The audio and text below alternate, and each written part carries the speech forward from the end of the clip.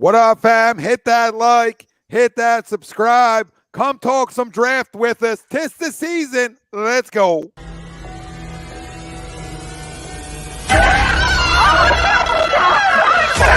Let's go.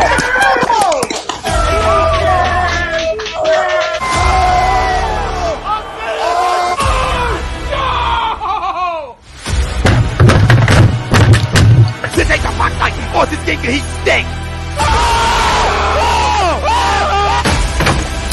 Oh shit!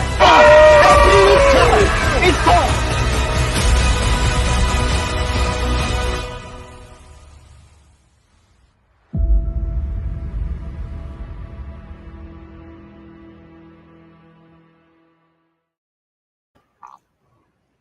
Right here. You're listening to A2D Radio, real sports talk radio for the fans, by the fans, no agenda. These guys are the best in the business. Hashtag it. No notes.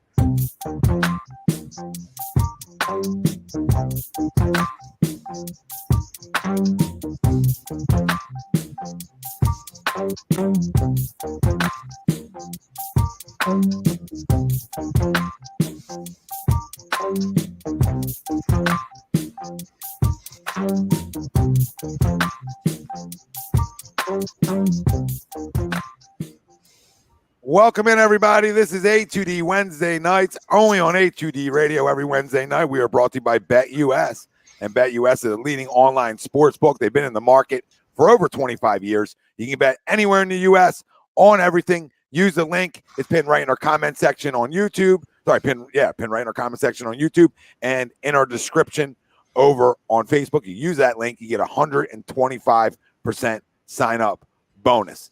The crew with us tonight, Noah Eaton, Greg Moakovic, Ralph Del Vecchio, Ryan Brodo. I'm Tom Arnone. The family out there, welcome in. This is season of mocks. We'll do our top 15 draft predictions later on in the show.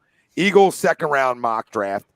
Who the Eagles should draft, who the Eagles shouldn't draft, and our main topic and conversation tonight will be the Philadelphia Eagles draft preview. Ties into our poll question, brought to you by Manscaped, and you can get 20% off and free shipping with the code A2D at manscaped.com.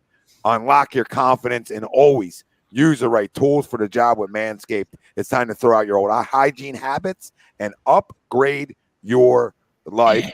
A little lip balm, ball deodorant, lip balm action, weed whacker, lawnmower, and then you get in the shower and use a little body wash when you're done to clean it all down. All right? Rinse it all down. Don't drink the body wash up, but get 20% off and free shipping with the code A2D at manscaped.com.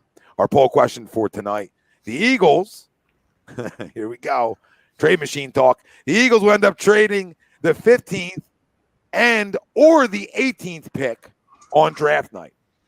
Agree or disagree, let us know. Facebook, YouTube, Twitter, that's where we're live. Everywhere you get your podcasts, we're there as well. Hit the like, hit the subscribe. Give us a 5-star review anywhere you can, all right? And download it on the podcast form because we're there, baby. And make sure you're commenting in tonight because this is the season for everybody to get it off their chest.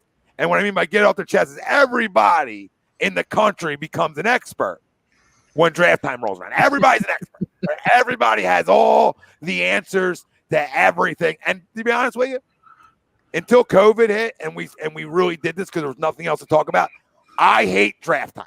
I despise it. It's the most unknown thing in the world. And then I'll give a little rant before I give my opinion. So we think people are calling beat writers up and be like, this is what I think I'm going to do. Like, I really love Jameson Williams, so this is what I'm going to draft, right? Or I'm trading picks. I want to be up in the top 10, okay? Do we really think that's happening? We really think people are showing their cards, especially GMs that have been around for a long time? I mean, guys keep it close to their pocket here. Let's be real. That doesn't mean when there's smoke, there's fire. I understand that, but I just think it's comical that, like, everybody with a blue check mark is like, well, they would love to get up there. No fucking shit. No shit, they would love to get up there. By a clue, everybody would love to be in the top 10 or the top 5. Get a grip. And everybody in the country would love Deebo Samuel. All right? Doesn't mean the Jets offered 47 picks for him. You know what I mean? It means there might have been conversations. I hate this time of the year, but I love it. I hate it, but I love it because I've always loved the draft. And I know everybody out there that's watching loves the draft as well. It's a great time of the year. It really is. I just hate that everybody online is an expert. Everybody online. We have a few here. Not doing this tonight. So our poll, the Eagles will end up trading the 15th or the 18th pick of the draft. Agree or disagree. And this can mean going up. This can mean moving out. You know what? I know Howie loves to move and shake, and he always likes making trades. And I know a lot of people on here are probably going to agree that they end up trading stuff. They're in a great spot right now. Okay, this is a football team that needs talent. Okay, let's be real. All right, last year we overachieved. All right, and you know why I'm not excited? Because I don't have a quarterback. All right, that I believe in. So the excitement goes out the window. So the only way I can make up for that, the only way that I can make up for the lack of talent at the quarterback position per se, is I need players, and I need impact players. And I especially need impact players on the defensive side of the football, more than I already have.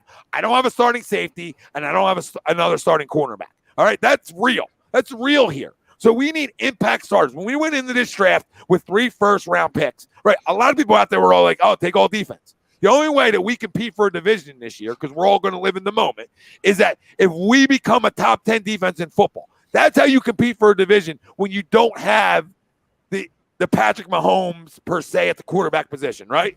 Right? Or Josh Allen's of the world. That's how you compete. That's how you win. All right. So the only way we're winning, is more players that we potentially can't miss on. Right. So trading up to me is like, well, if I go into the top 5 and it's not for a quarterback, it's got to be for a generational talent. Right. Even if I go up into the top 10. Right? It's got to be generational. It's got to be a game changer for my franchise, right? Not saying that player isn't there. I'm just making the point to you guys, right? So at 15 and 18, I'm in a really good spot. I have 2 firsts next year. So next year's the year where I'm looking to go up if I'm not up high and get my quarterback, right? That's the year if Jalen Hurts doesn't work out. I don't want to get attacked tonight. If Jalen doesn't work out. So like drafting another wide receiver is comical to me. It's flat out comical. Okay, it's a joke. You're going to draft another wide receiver in the first round? Stop it. We need impact players defensively. Let's not run from this. We need more than we already have. So let's stay where we're at, all right, and let's go best defensive player on the board and go to bed at the end of the night. And we don't need to move and shake throughout this draft to be able to get impact players. Impact players, all right? I'm not saying you can't get that in the top 10. I don't trust this guy enough. Stay freaking put, all right? Keep your feet where they are, Howie, and just draft the best players, all right? And if that's on the offensive side of the ball, then so be it. So be it. Right? I've talked to people today. They say, Tom, you got to go get the guy more weapons. Here we go. Okay, I can get that. I can get a weapon if I draft well in the second round. I can get a weapon if I draft well in the third round. That weapon doesn't necessarily have to be drafted with 15 or 18 or go up for that weapon. What needs to be drafted on Thursday, tomorrow night, outside of a Sixers win, is this guy, and this is everybody says this all the time. He can't reach. He can't Jalen Reagor me. I can't have Chuck's yelling screaming. I can't have this tomorrow night. Tomorrow night is, dude, we all know who the better players in this draft are. And we know there is big-time talent. There is big-time talent from 15 to 18. There's impact defensive players that will be there. From the Kobe Dean, the Jordan Davis, the Booth, the maybe Hamilton, right? The list goes on guys that are going to be there. So unless Sauce Gardner is Deion Sanders, I suggest for them just to stay put. All right, unless the kid from Oregon is the greatest pass rusher of all time, stay put. I love you, Chucks. You know it's all out of fun. All right, and I can't wait for reactions tomorrow, but I can't wait. But we know that's not what Howie's going to do. It's not his MO. I'd love for him to stay put. It ain't going to happen. So you agree to the ball? Yeah. I just pray to God that we're not fucking trading up for a Jalen Reagor of this draft. Which would be who? With our luck, we'll trade up to number 9 and end up with whomever, and it'll end up being the biggest bust in this franchise's history. A lot of insight there, right? Like we got some names. I know. Hard hitting, Man, hard hitting facts. We'll end up damn with Renee, you know whoever. who. You know who is going to be drafted tomorrow. There you go. Charlie, what's his name? Yo, that's what it's going to say on the fucking card tomorrow. Just gonna say, give me a bus. That's all we need. So Noah agreed that they move and shake in some fashion. I disagree. I think they stay put. I'm praying for that. Boys, family out there, what do you guys say? I'll go next. Thanks. I say disagree too. I agree with you, Tommy. I think they stay put. I think the only way they can move up is one of these guys in the top 5 to 7 range start falling a little bit, and they get to 10, and they realize, okay, we have enough ammo to go up and get them. But I think they stay at 15. I think they stay at 18, and they select whoever is best player available is on the board. But we all know it might be a kicker, it might be a punter, but we all know how Howie is. But I disagree to the poll. I think they stay put tomorrow night. I think they select the right guys, hopefully, and we're all happy that whoever we get. Better cross your fingers and toes on that one. Greg, you want to go? yeah, I'll go. So you all know where I'm going, so I'll wait. No, I agree to the poll. I thought going into the draft that he would make 2 trades. One would be to go up for a player that's falling. One would be to get out, and then one pick would be to stand still.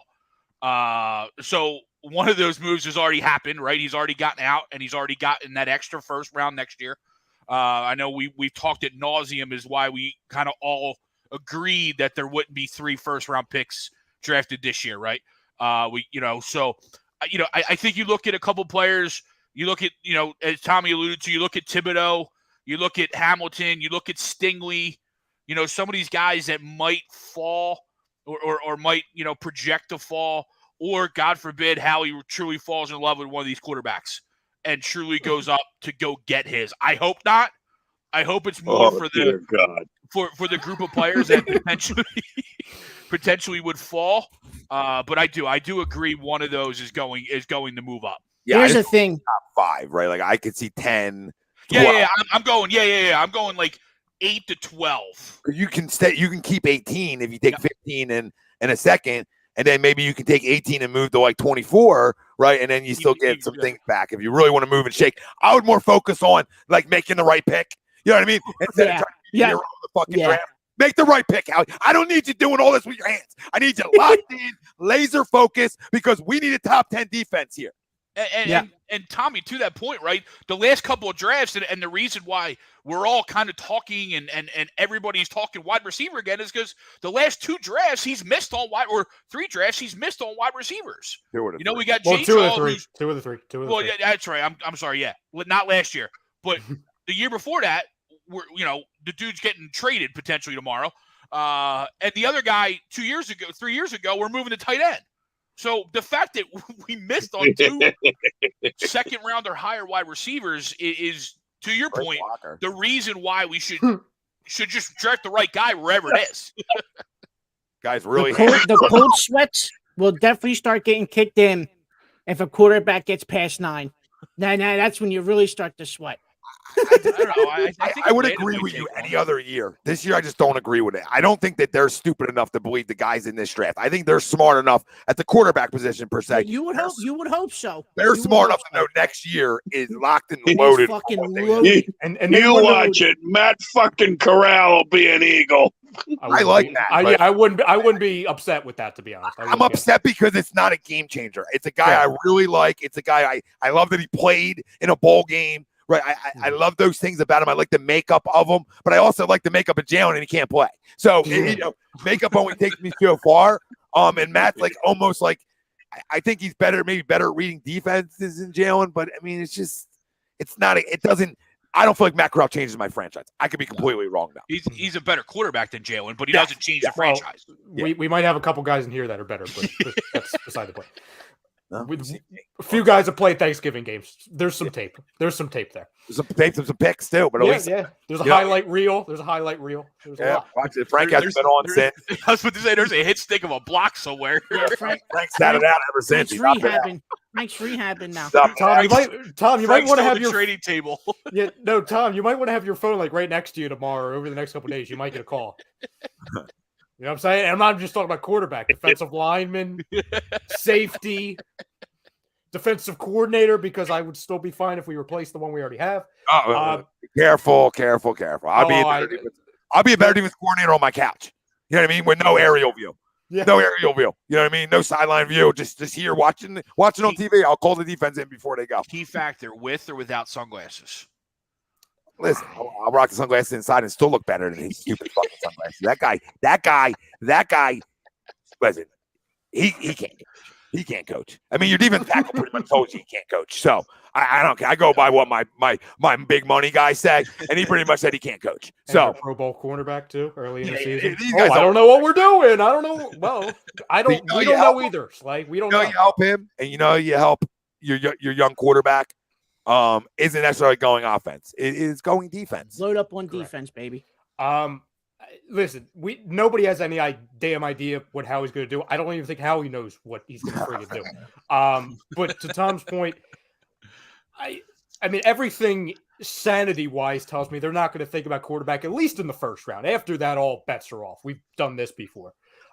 Because I don't believe they would have prioritized getting that additional pick next year so early. You know what I'm saying? Like the fact that they did that is kind of like, okay, here's insurance. Let's move in. And we're going to kind of give Jalen one more shot here because some people know exactly who he is. And for some people, they don't know who he is. So we're going to give him one more year kind of figuring it out. And if not, we're going to go with a quarterback plentiful draft next year and be in a good spot. To the poll of it, I mean, come on. First off, you know where my head goes with anything with trades. It's going to happen. I mean, how can it not happen in my head? But aside from my trade heavy bias, I do think they're moving. I really, truly do, because I think there's a handful of guys, I'll just stay on the defense because I am rooting defense like a lot of you, at home and in here. I think there's a good chance Hamilton slips a little bit. Same with Stingley, even though I'm not as high on him as others are. I think there's a chance that maybe Thibodeaux drops a little bit. I don't buy into him like dropping all the way to 15. That would be crazy. But I think if there are instances where they slide, and I could see where a couple offensive linemen go a little early, maybe a team or two panics for a quarterback. Hopefully not us. Please God, not us. That's going to let these guys slide a little bit. And even if, a Drake London goes early, obviously a Garrett Wilson, maybe even Jameson goes, it's going to let these guys slide a little bit. And, Greg, we were talking a little bit earlier, before we came on, and I was saying 9 seems like the pick. You know what I'm saying? Like, would it shock me if they moved up to 6? No, because it's Howie and this is what he does. But to your point, Tom, as far as like, what's the caliber of player that we would look at if you moved up that far? To me, there's only 2 that I would be like okay with moving up to that aren't quarterbacks, and it's Thibodeaux and Sauce.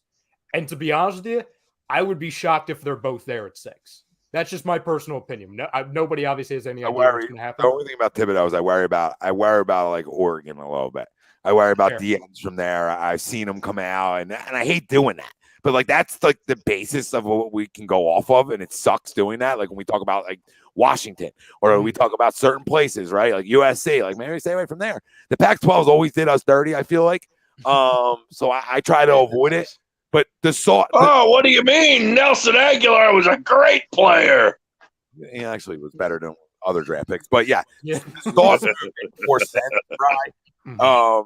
To me, because I don't think he's a top 5 pick. I don't think he's a top 7 pick. I think he's more from that 8 to the 12 range, personally. So that one does I just disagreed more because it's more what I want to do.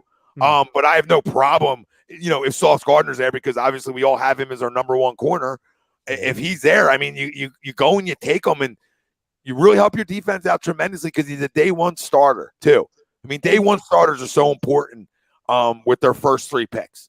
And to be honest with you, Tom, and we've talked about this a little bit off the air, I think there's going to be enough guys on both sides of the ball, especially on defense, to where, listen, I'm Mr. Trade, but if they don't move, I'm absolutely fine, because you would have to really screw up and really reach for me to be pissed off with something they did at 15 and 18. I really like we'll get into it, so I'll save like the particular names, but there's like 5-6 guys that I would happily take at 15, 18, realistically, that I think are going to be there. If guys slide, that 5 and 8 can end up being, 8 to 12 guys. Who knows? Yeah, no, absolutely.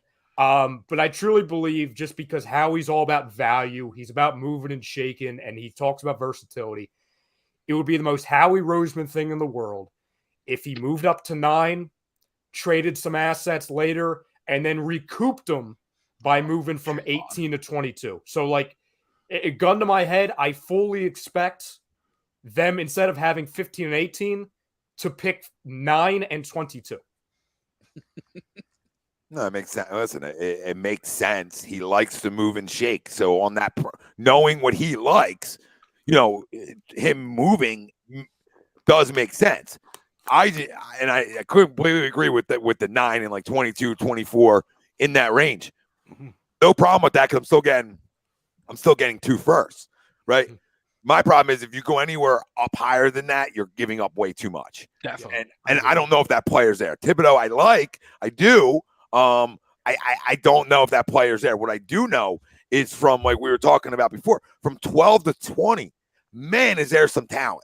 And guys drop anyway. I mean, take Kyle Hamilton out of it. Take Stingley out of it for a second, right? You even take those guys out of it. There's a ton.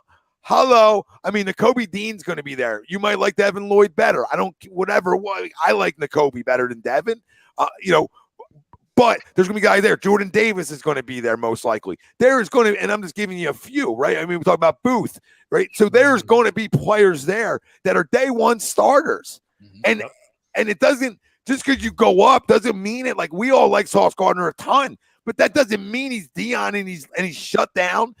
So that could be a miss. So, but what I do know is, if you keep it safe and you stay put on your 3 picks right now, and counting 53, obviously, is there 3 picks? Come on, you are leaving with 3 day one starters. If me and Ralphie, who have always been on the same page draft night, if me and Ralphie just did the picks, right? No disrespect to anybody else, because I trust all 3 of you guys as well. But we're just always like linebacker. We're really on the same page with stuff. If me and Ralphie did it, I'm telling you, we're coming out with 3 day one starters, and in the next 4 years, they're all 3 of them are Pro Bowl caliber players. If this guy does it, I don't know. If this guy does it, I don't know. And I also tell you, we're walking out with a top 10 defense, just walking out the draft. As soon as we lead the draft on draft night, after day one, we're a top 10 defense in football, because we did sign Reddick. We did go get the kid from San Diego, the linebacker, right? We did. Yeah, we did. So we're missing 2 pieces. Even if we don't get a safety, I mean, the Honey Badger's still there. He's still out there. So if you went and got, say, Sauce or Booth, right, a corner that's a day one starter, and then pick 18, you maybe it's a Davis, maybe it's a Dean, maybe it's a Lloyd, right, and then you went and got Badger. I mean, miss me if you think it ain't top 10 worthy, because that is. Now, that's a lot I'm giving you to make it there. Right now, you're maybe 15 on paper. Like, who's starting? Who's starting? The freaking kid. I can't even think of his name. The corner we drafted last year. Oh, McPherson. Stop. Zach. Yeah, Zach. That's Not the problem. Not Zach. Zach. Yeah, Zach. Yeah. Well, you know what the issue, aside from that, I mean, that's a horror show, Tom. And also, like, who's starting at safety right now? Friggin' Marcus friggin' Epps and Kayvon next, Brian Dawkins. Omar Epps? Yeah. I wonder if that's the reason why they think they want to move up, is because they don't think Hamilton's gonna fall. What do you think? If that's the case, though? Well, I think, Ralphie, the reason. Hold on, guys, real quick. Yeah, do you think they even, like, we know positions they steer clear of, Ralph, right? I mean, they don't ever go for needs. You know what I mean? Like do you think they go safety, though, to even be honest with you? Like, they're not like a safety first round type of team. They built 2 trenches. That's their MO. That's why I don't know where they go. The only reason why I think they would, right? And say, let's say the top 3 picks that they have, because really, I don't remember the last time they took, When's the last time they took a safety with their second pick? You know what I'm saying? Like I would have to really check that. It's because Quentin Michael, I think, was a second round pick. Okay, we're going all the way back there. But that's a long time to your point, right? You're talking 20 years. They have an MO of certain positions. They just don't touch early. No, they just don't value it. It's because the reason why I think that they would think about it, it's based on how they've reportedly handled the dealings with Honey Badger. That they told him they would check back in with him the second the draft got done. That was numerous people around here have said. So that tells me that they have a couple guys they're eyed on. That if they can, like, why get Honey Badger if they can, get Hamilton if he slides? Well, you know what I'm saying? Like, they value some guys high. To play devil's advocate, you don't do that. You're a terrible general manager. If in my opinion, if you have a player out there that's even like willing to sit down and sign with you at his caliber, and you're telling him, hold on a second, because we might be able to get that player in the draft, get a clue. I mean, not you, Howie. Like, in these reports, get a clue, because you have no idea, and he should be smart enough to know this. He's done it long enough. You have no idea how drafts shake out. No idea. You could do 10,000 mock drafts and it come out nothing like it on draft night. So for him to show his cards or to not sign a talent of the Honey Badger, you're a moron then, Howie. Because I sign him and then go, listen, if Hamilton slips, then come on in. Come on in. I'll figure out a way to play you. I mean, Anthony Harris isn't nothing to write home about. I'll figure out a way to play you. I mean, Kyle Hamilton is a superior athlete at the safety position. I'll figure it out. If it's strong safety or free safety, we'll figure it out. Yeah. So don't miss me, Howie, with we'll check back in with you. Well, I'll check back in with you in 2023 then. All right, when this quarterback's available. Loser, check back in. Check back in. Who are you talking to? You're talking about a Super Bowl winner. You're talking about an All-Pro, and you're going to check back in? Check back in. We're sitting down right now. I was like, what do you want me getting our flight back? I'm sitting right here. I guess he was. Go ahead, Greg. Sorry. No, I was gonna say it's not like the Honey Badger is a guy that's got to prove himself too. Like, guy just goes everywhere and just plays at a high level and wins. Who's a better player? I mean, who's a better player? With all due respect, you wish.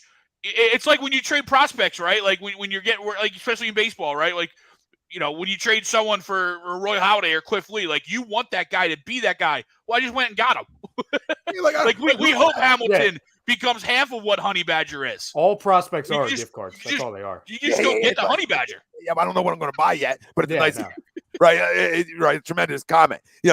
That's my point. Like, we know he's better. So, am I trying to win football games? Like, what is it? You can't go give. This is what the Phillies did.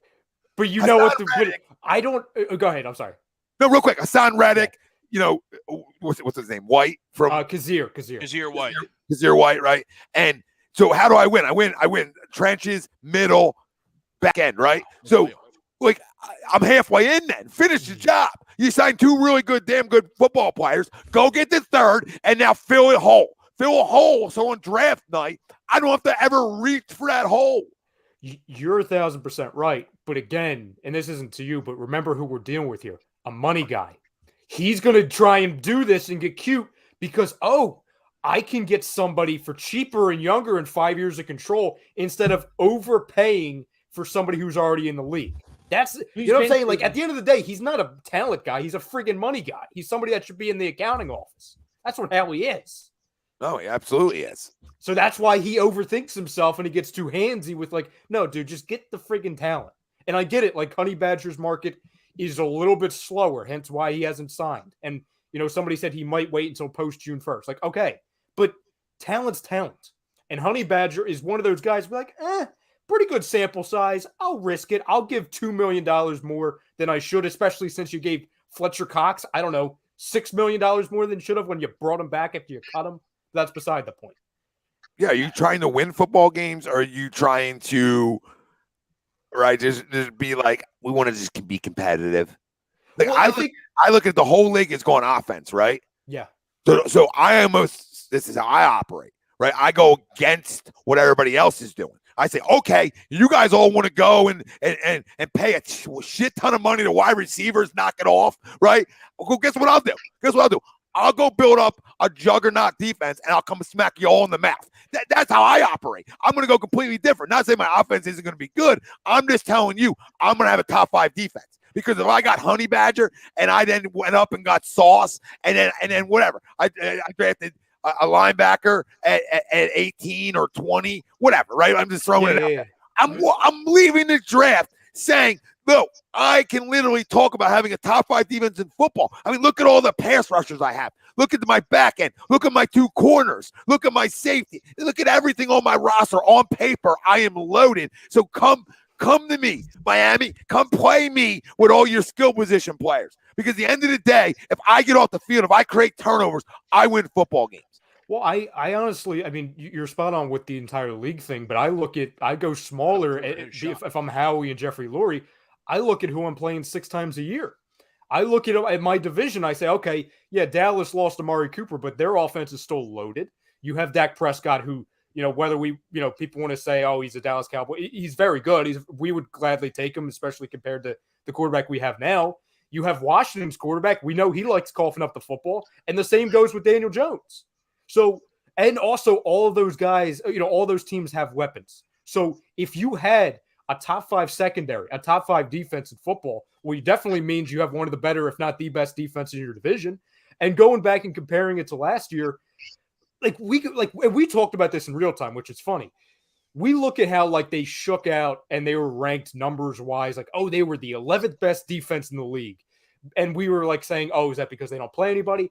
Regardless of that, and regardless of the numbers, I think we would all agree they weren't an impactful defense. And when I say that, I mean it was the bend, don't break. They're not going to turn the ball over. They're not going to get a ton of sacks. To be honest with you, I don't remember the last time they made an opposing quarterback uncomfortable. Well, they took the ball away. They took a ball away. Guys, I'll be honest with you. Our defense last year, I don't give a damn what the numbers said. When we went up against a legit quarterback, we got rocked. Okay? Rocked. Remember that playoff game last year? I wish I didn't. He just completed. Okay. 31-0. It was 31-0 at one point in that game. At no point in that football game were we competitive.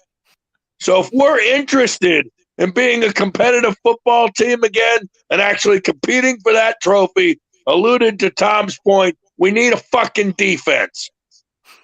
We just do, because let's face it, there is no quarterback in this draft that's worth taking right now. Just forget about that. All right, we're stuck with Hurts for another year. We also know that against good competition, Jalen Hurts is not going to be able to put 30 points on the board. So we got to load up on the defensive side of the ball, and we need talent there, and lots of it. And there's plenty of guys in this draft, like a Jordan Davis, like a Jermaine Johnson, on the defensive line, where we could get after the fucking passer, because we have not been able to sack the quarterback. We need playmakers on the defensive side of the ball to turn the football over and create a short field for Jalen. That's our only shot. No, I completely agree. And there's players at 15 to 18 that can help you get there, can slowly help you get there. Now, listen, if they go and take a Jameson Williams, am I going to freak out? No, I'm not going to freak out, right? Then your next 2 picks have to be defense, right? So I'm not going to freak out, because obviously you have to score to win too, right? So I'm not like the 1990 Philadelphia Eagle fan where I'm like, oh, the fucking defense, right? You know what I mean? No, I'm not that guy. But for this year, knowing my quarterback and knowing his limitations, right? I know his limitations. So what do I have to do to try to win in the moment? What I have to do is I have to control the clock.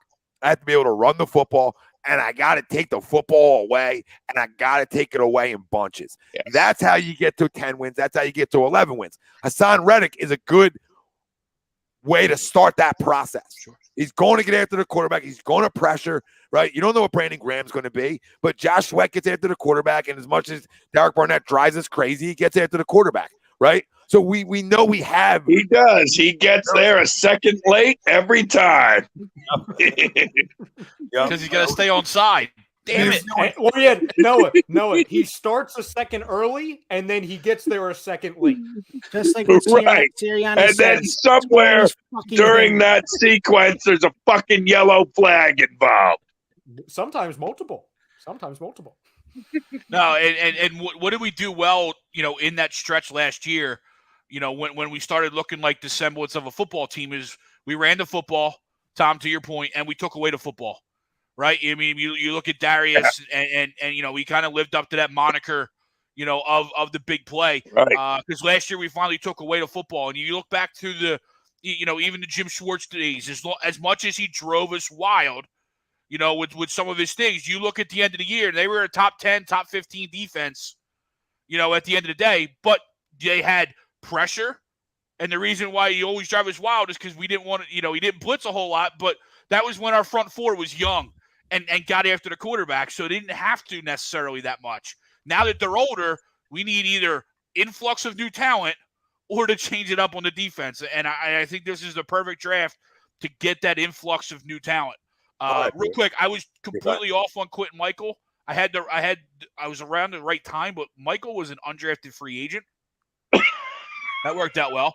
But they did in 2002. They drafted Michael Lewis in the second round. That's when they drafted Shepard, Lewis, and Brown. And probably technically coming out of Texas or Colorado, Michael Lewis is probably a cornerback that they transitioned to safety. So he wasn't like a true safety. You got to go all the way back to Brian Dawkins in '96. They drafted him in the second round. Jeez. That was the first time they took a safety within the first 2 rounds. It's not a position they value like that. Yeah. So we'll get into our 2-round mock draft for the Eagles. I said second round in our opening. I read the prompter wrong, but that's fine. We'll get into our 2-round Eagles mock draft here in a second, and that's going to be brought to you by FanUp. And FanUp is the best way to enjoy fantasy sports, daily NBA contests, and more. Win great prizes. Sign up today. Use our promo code A2D for 5,000 bonus points. That's a $50 value. FanUp, you can download it right on the Apple Store. So make sure you all go do that, and we'll give our mocks. Want the family obviously to give theirs out there. Who are we taking at 15 and 18 and at 53? Correct, 53. Yeah. 51, 53? 51. 51. Okay. Yeah, as long as it's not 52, that was the Jalen Hurts pick. As long as it's not there. Oh, yeah, we're clear. Ready for takeoff. So, 15, 18, and 51. We're not doing any moving and shaking with our mocks. We're just going to tell you who we think they take and when. In the first, I know on the A2D one, I think I did Kyle Hamilton and I did Booth. But I'm gonna switch it up just for the show for funsies. I'm gonna say, I know they don't do this. I was gonna say Nakobe Dean and Jordan Davis just because I would love that. Oh, I just don't. I'll pick them up on my way. I'll drive right by them on Friday. I just don't think they do linebacker in the first round. So I'm gonna say no to Nakobe, but I'm gonna say Williams and Davis. Now I'm gonna say Jameson Williams and Davis. I think these idiots draft another wide receiver, and I hate it, but I love Jameson Williams. But I think they draft another one. And I got no problem with Batman. Him until week 10. Tom, what would you do with those 2 picks? Oh, what would I do? Nakobe Dean and Jordan Davis. So you're just swapping Jameson in for Nakobe, as far as what you think, as opposed to what you would, correct? Yeah. Okay. So, or if Hamilton's there, I would love that. But I think I would go, like I said, I would go Dean Davis, Dean Booth, right? Somewhere in like that area, depending who's there. And with the second round pick, I mean, somebody already said it up here. I love Christian Harris from Alabama. So damn you. If he falls a second round and he's there at 51, that's a no brainer. Mm-hmm. He's a special player in my opinion. He just falls because of some of the injuries, etc. That he's had. I'll go real. I go ahead. Go, That's 1 second Georgia though, and then go ahead. I wish we took advantage on some of these guys that have just not a huge history of injury, but just a recent one. Because you see teams take that risk all the time, and sure, it backfires. But there's a lot of times where, especially in today's medicine, some of these picks turn out. Mm-hmm. With the 15th pick, if I was Howie, I would take Jordan Davis, defensive lineman, Georgia. I'm right there with Tom, though. I think it's going to be Williams. If they even wait that long, you know what I'm saying? But if he's sitting there, to me, I would be shocked if they didn't take him. Go ahead, Greg. What? You're not implying they're trading up for Williams, are you?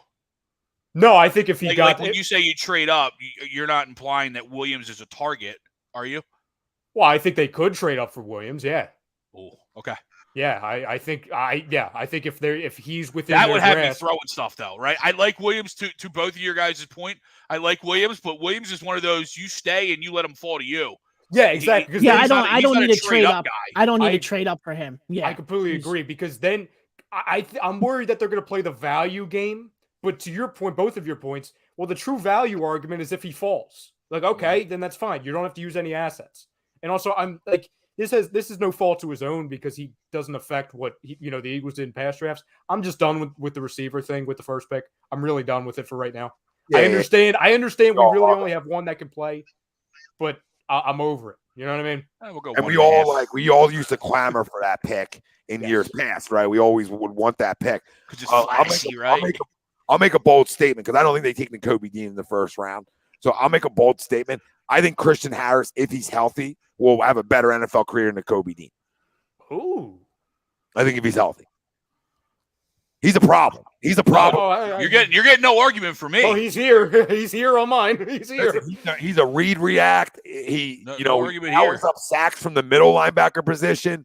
He can cover. He's a 4-4 guy. He's physical. Listen, he might be my favorite linebacker in the draft. And I do love Nakobe Dean, right? Nakobe hopped on the scene more because that defense is so special. But and you saw it every week. That defense was fucking legit. What worries me about Nakobe is the argument there is, look who's in front of him on the defensive line. Look at the play. I mean, look at Davis. Look at the other kid who might go number 1 overall. I mean, they're going to have 3. Not only that, there's another guy next to him. Yep, there's another guy next to him that might be better than Kobe. They're going to have 3 defensive linemen go in the top 15. Something like that. Like he might go number 1. He might be you're talking about the D end.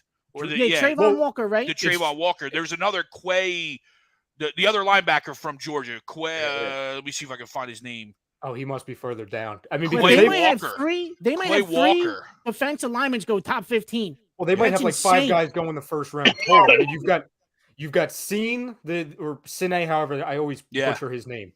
The safety. You've obviously got Walker, who's apparently he's going 1. That's probably number 1. Which again, to your point, Tom, there's a million reasons why I don't like the Walker pick at 1, mostly because he only played 1 year, and look who he literally had next to him, which is Davis and then Devontae Wyatt, who's also going to go top, probably top 25. Might be an Eagle also. But no, they're friggin'. And then you've got Dean. You know what I'm saying? It's crazy. It's crazy. Yeah, and you look at the linebacker position, it's not a shot at him because I think he's a tremendous player. But, when you have that kind of defense line in front of you, it's like, well, are you as good as your numbers? Is you as good as you played? Not saying that Christian Harris didn't in his years, but I don't know. I just think it's somebody you can get in the second round, and you don't have to do something you don't do. So I'll go Jordan Davis at 15. I'm going to go with Andrew Booth. To me, it would be Clemson. Yeah, I would take him at 15. I'm not into a lot of these other cornerback names that are getting mentioned, which we'll touch on, later. If you ended up with Andrew Booth in either pick, I'm absolutely cool with it. Yeah, that's why I had him on mine, right? Because I think he's solid. I think he's overall the second best corner in this draft. I to be honest with you, and this might be a hot take for some people, and who knows? Like, we have no idea. I wouldn't do it. What, the LSU? Oh, you're talking about Stingley? Well, I was gonna say, like, I'm kind of worried about Stingley a little bit. Yeah, I'm not doing a Jamar Chase with Stingley, but if you don't play because you don't play or you're banged up or whatever the case may be, like, it's a little bit too much of that with Stingley. Well, you're right. Aside from that, he hasn't had an interception in 3 years. Yeah, I'm good. I'll pass. I'm good. He went 6-0-0. I'm fine. Like, listen, if he fell to 15, again, we'll do that. But I'm not trading up for him. I'm sorry. I know people are going to be mad at that. I'm not going to do it. I'm not going to do it. Up for Gardner at the cornerback position, and that's it. Yes, and then I'll stay put. Then I'll take my chances. And then just to be different than Tom, because Tom, we're on the same boat as Christian Harris. I'll go, and Greg, you'll probably be happy with this. I'll go Jaquan Brisker, safety, Penn State. Oh, I like it. What about Jaquan can play? Here's another physical. Yeah, go ahead. No, sorry, I don't think anybody's going to say. That's why I'll say is the kid Cook from David from the running back. Listen, Oh yeah. I mean, listen, he'll be there at 51. Pedigree, I think right? I think he might be there at 83. To be honest, He could be right. He could be. This depends when the run comes, right? Yeah. When does the run come of running backs?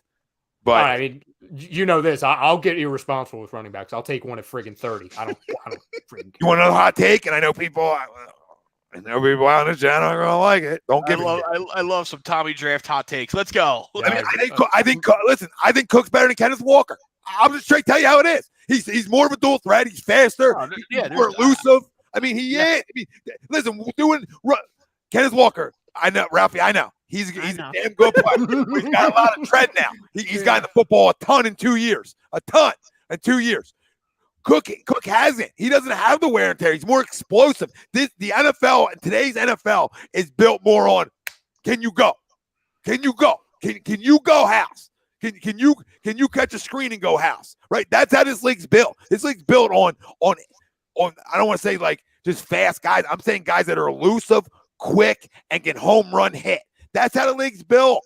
Everybody's looking for home run hitters. The running back position of the old, like the ground and pound, isn't the NFL in 2022. It's just not. I don't have to like it. Kenneth Walker's my best ranked running back, right? So I'm not taking a shot at him. I just have Cook one. One for what Greg said. I'm a big fan of pedigree, all right? And to me, I mean, it's a no-brainer. It's a no-brainer. He's the best running back. He's the best running back out here. Look at the quarterback he played with. Okay, look at some of the factory too. They turn him out. They turn him out. You go to Georgia for running backs. That's the way it's been for a few years. No, don't go. You don't got to go crazy. Michigan State. I mean, Le'Veon, right? I mean, but Le'Veon was pretty good. Pretty good player. I don't like to do that. For a minute. Walker will be a good pro. If I drafted Kenneth Walker, he was good for 4 years, Greg. I'd be extremely excited. Let me just make that clear. Like if Kenneth Walker was an Eagle, I'm on board. I just think he's the second running back, and then I would go. Who's the kid Hall? I think. Brees Hall. I'd probably go him 3. I'm not in love with all the backs in this year's draft, but the one is Cook, and I would like to see what who's our running back guy have one. Walker? I don't know. I think it's either. I think it's Walker. I think because he's been talking about Walker for a while. Yeah, but Tommy, to your point, right? What did this Eagles team miss this year from Miles Sanders? Right, he didn't break one to the house ever. Right, in the previous years, regardless of what we thought of Miles, he was good for that 60, 70, 80 yard to the house. This year, we didn't get that from him. Well, he doesn't hold on to this. He doesn't hold on to this. You're absolutely right. Right, but. Rap, who is his second-ranked running back? Sorry, Greg. And then go ahead. No, you're good. I have to bring up his list. It's probably Spiller. From Clemson? No, ain't not Isaiah Spiller. Not our guy. Brother. CJ. Might be his brother. I don't know. Are they related? Yeah. I'm stay away from him because I won't. Is he still in the chat? Chucksy, where you at? What's your Hey, where's Chuck? Let me wake him up. I just want to know where he had Cook. I bet he doesn't have Cook high. I think I want to say he had him 4th, if I'm being honest. Travesty. Tom, I honestly listen, if they took Cook, I'll be thrilled. I think the 2 most likely names that they would, because it would allow them to wait an extra couple rounds, either Brian Robinson Jr. from Bama or Hassan Haskins. I like Brian. I mean, Brian really stuck it out there for a while. Really waited for his turn. He's the bruiser he is a monster. Well, and I think he can fill the role. A good running back and not Trent Richardson, right? I mean, remember when Trent Richardson came out, right, Greg? I mean, because he's a guy. He's a guy who didn't play day one. I mean, he waited a long time for his opportunity to play there. There you go, Don. Okay, I mean Walker 1's not a travesty. Like I said that. Like I understand that people have Walker 1. I just like to get cute. I like to project a little bit too, like the rest of the world. And I just think Cook is a home run threat. That's dual threat, does it all. And look at the fucking pedigree. You know what I mean? Look who he's sitting down with. And he doesn't have a lot of tread on his tires. No, not at all. He doesn't because they're a factory, right? I mean, you 2 years ago you had Swift, right? You were a factory, so they don't have that much tread on their tires. Did you get it, Ralphie? You get the list? Yeah, he has James Cook as his tier 4. I knew it. Walker and Hahn is tier 1. Spiller, Brian Robinson Jr. is his tier 2. Oh my God, he's got Robinson that high. Oh man. Man. Robinson tier 3 is what? Tier 3 is Damian Pierce. I think that's Zaquandre White is how you pronounce his name. Is his 3 running back list? Wait, so how many running backs does he have over Cook? 4. Oh, it's a lot. What? Don't say that. He's got like 6. Oh no. I can't do this tonight.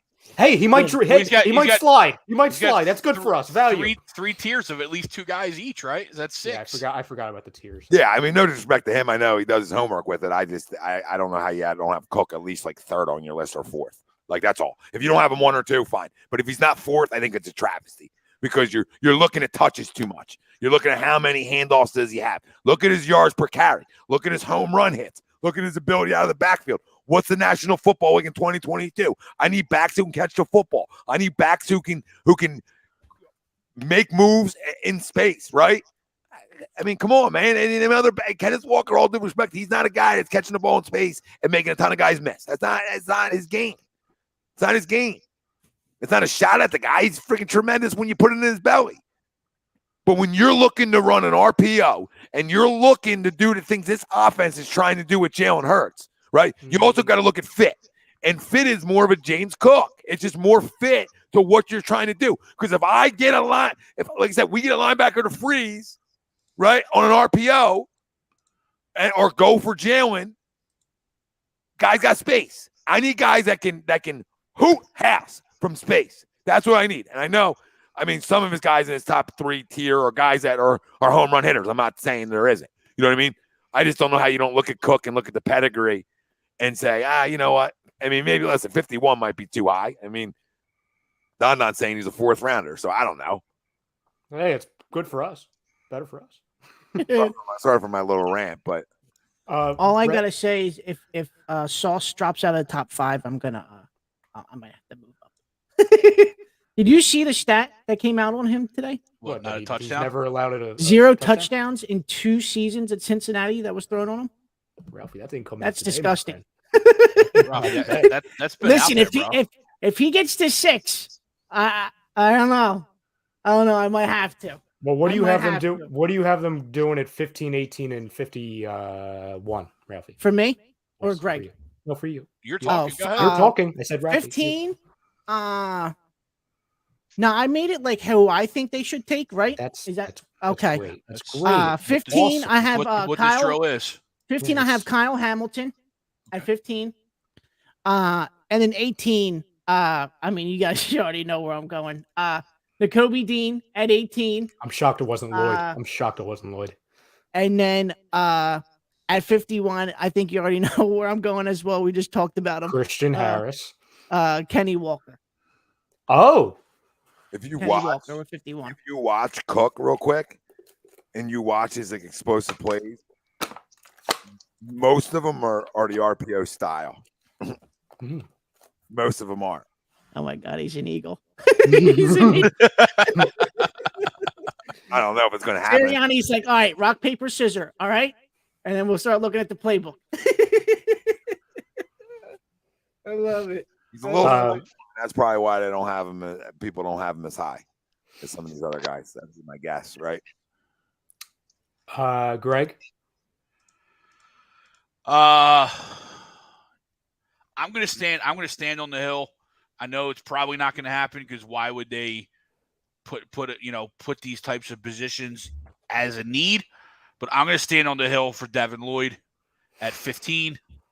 Like I said, I know it's not going to happen, but I'm going Devin Lloyd at 15.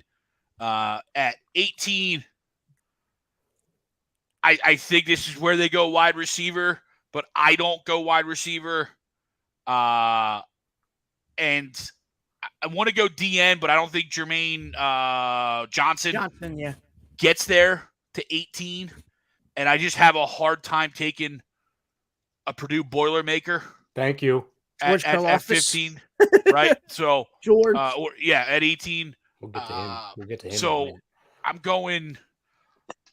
I think there's a chance. I like the Jordan Davis. I think he's there at 18. I know he's definitely there at 15. So even if you want to swap him, but if not, I like. I think they go defensive. So I'll go Jordan Davis at 18. We'll just stay there. A sleeper pick for 18, real quick. Sleeper pick for 18. Tyler Linderbaum, just because we know who the Eagles are.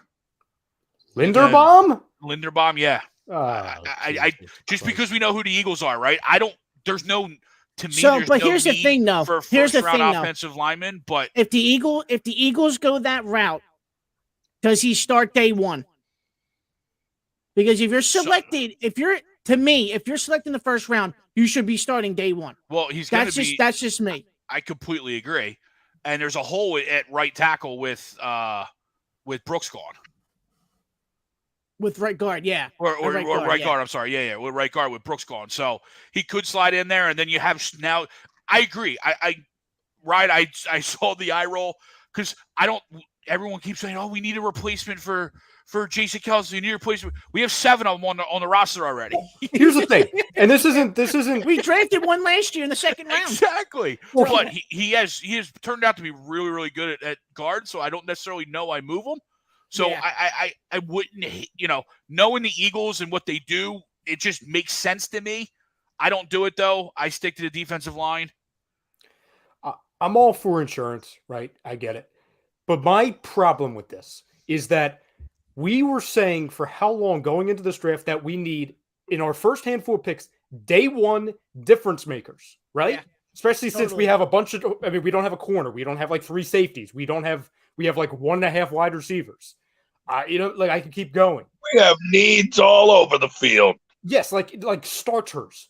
I completely get it. To provide insurance for an offensive line is not the problem. Completely get it. But my issue is offensive line coach who turned a damn rugby player who played the ukulele into what he is now, and so many later round picks into Pro Bowlers. Take one later. You don't need to find these ready to go. How many times have they that's the one thing in Philadelphia that when we talk about player development, which seems like no team has in Philadelphia. That's the only thing they've gotten right. We actually develop linemen. Yeah. So do it later. Listen, if they did it in the second round, because I know this Cameron Jurgens is rising up boards, and apparently the Eagles gave him a draft promise. I don't know. I forget when the NFL draft became the NBA draft with these draft promises, but whatever. I would be mad if they did that. For once, how many times have we taken the insurance plans? And I get it, that can help, but we need difference makers right now. We really, truly are. No, I completely agree. And that's why I said I wouldn't do it, but I can see the Eagles doing it, right? Oh, yeah. And maybe that's more inclined if they go with kind of your scenario with the poll question, 9 and 22, maybe that becomes more in play. Because I think 18's too high for him, especially with our depth at our offensive line, to both of your points. And then I really like both of your guys, or so far all 3 of you guys is second round picks between Harris and Brisker. I'm going to go just a little different. And I'm going to go, and I don't know that he gets all the way there, but if he's there, I'll go David Ajabo at 53. Definitely don't want him, obviously, first round. To be but if he completely honest, all the way there, then I scoop him. To be completely honest, if that happens, that's a steal. That's a steal. Whether you like it or not, I understand he's playing next to a Heisman favorite, but the dude was a great player for Michigan. If you can get him at 51, Like that's a steal and a half. I think he's going to be. Who was the linebacker who ended up going to the Browns, Ralphie? He Joke. slid. What was his name? Joke. Yeah, Joke. Joke, The yeah. kid from Notre Dame. From Notre Dame. Karamoa. Yeah. And yeah. I think he's going to be the Karamoa of this draft. But the difference is, Greg. I mean, I could see the Eagles trading up to get him in the second round. To be honest with you, though, I think Ajabo's not making it out of the first round because I think that fifth-year option, even still with the injury, I think he's going to be like 31 or 32. To be honest, because that fifth-year option. I think that's something that's really important for him because I don't think he's going to flash. He was already that like long-term project pick anyway with high upside because of the the limited experience playing football. But now that you tack on the injury, he looks to me as a guy that maybe won't flash his true potential until like year 3, for example. And I think a team with that fifth-year option, it would be really valuable because you don't have to make a decision on re-signing him or extending him based off of a 1-year sample size. If you would have to do that in the second round because you only have the 4 years. That fifth year of control, I think, is very important, especially with. I mean, this guy was before the injury, he was projected to go top 12. Yeah, he's top 15, top 10. Yeah, absolutely. So I think anywhere from honestly like 26 to 36, I would be shocked if he got anywhere past that. Makes sense. And I agree with Epic Eagle. He says Ajabo is such a KC pick, even with the injury, he's not making it out of the first. And Kansas City right now, they have 2. They have Day 1 difference maker and then a long-term project. 30, yeah. Yeah, they got would make a lot of backs sense. at the end of the first. Yeah.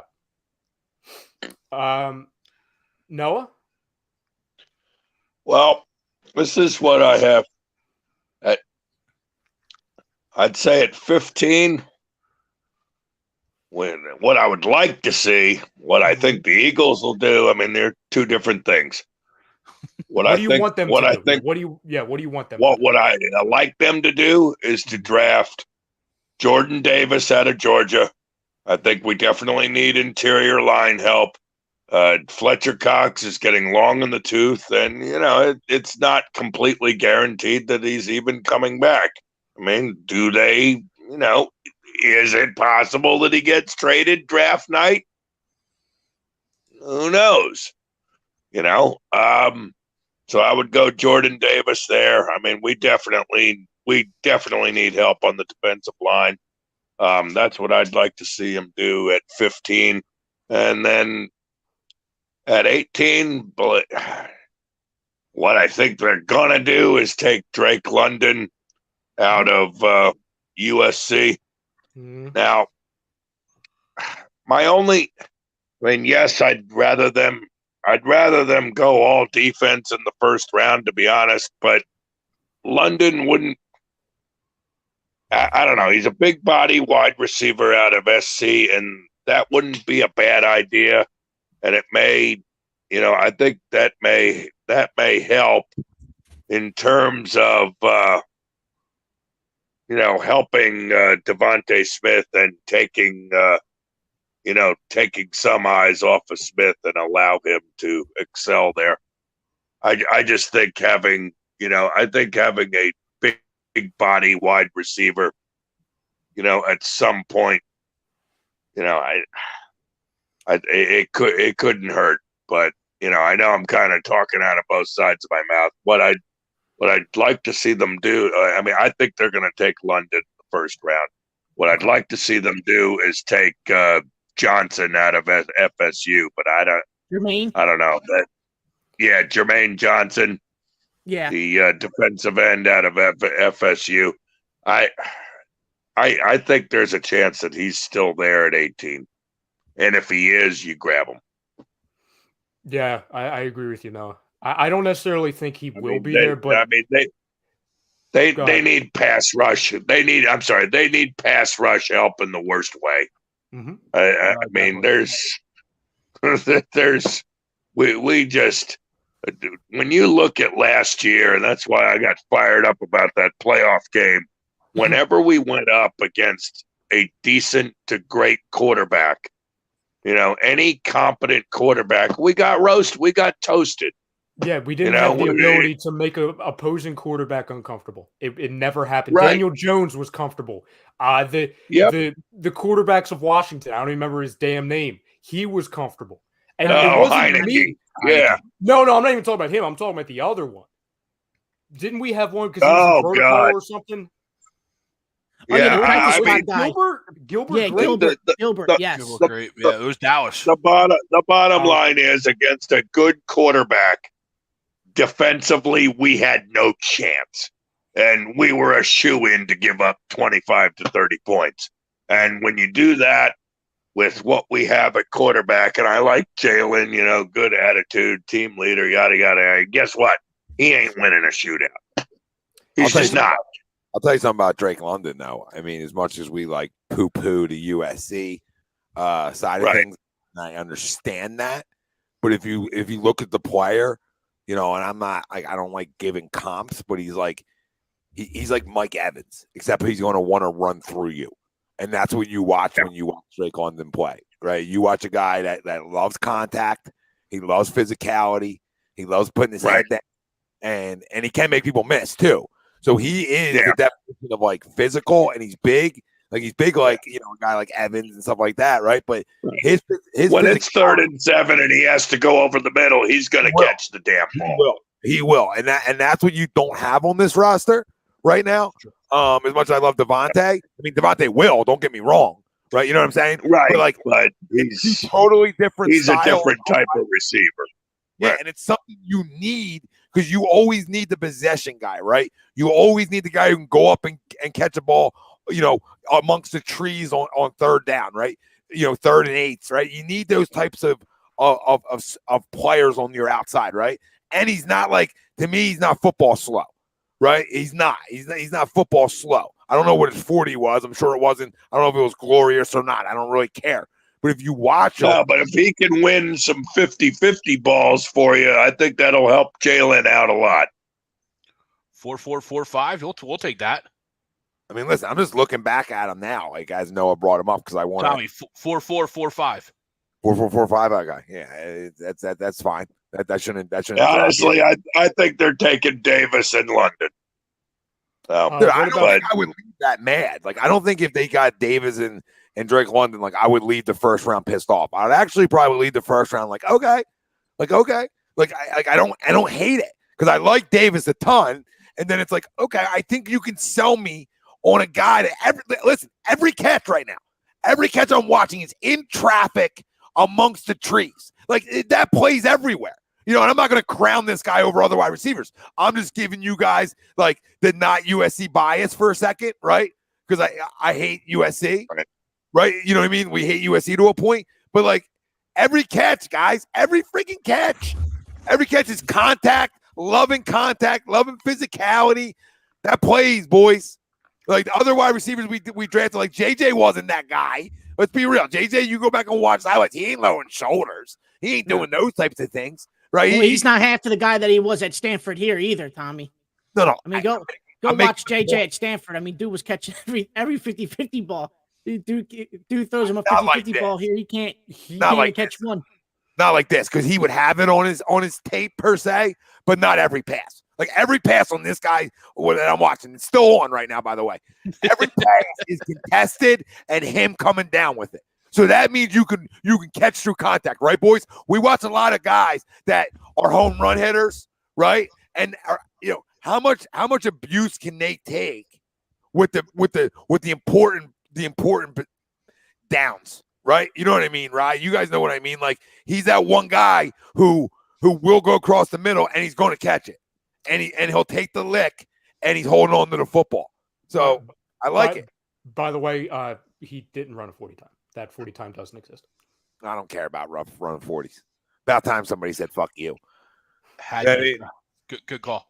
Had the receiver run it. It's the age, and now it's the 40. Jordan Davis is 26 years old. He still hasn't run or walked. He's just there. So you guys understand my premise on what I'm trying to sell you on? No, for sure. I'm trying to sell myself too, right? Like I'm just trying because that's a good name from Noah. It's like one of them names that there's like, oh, where'd that come from?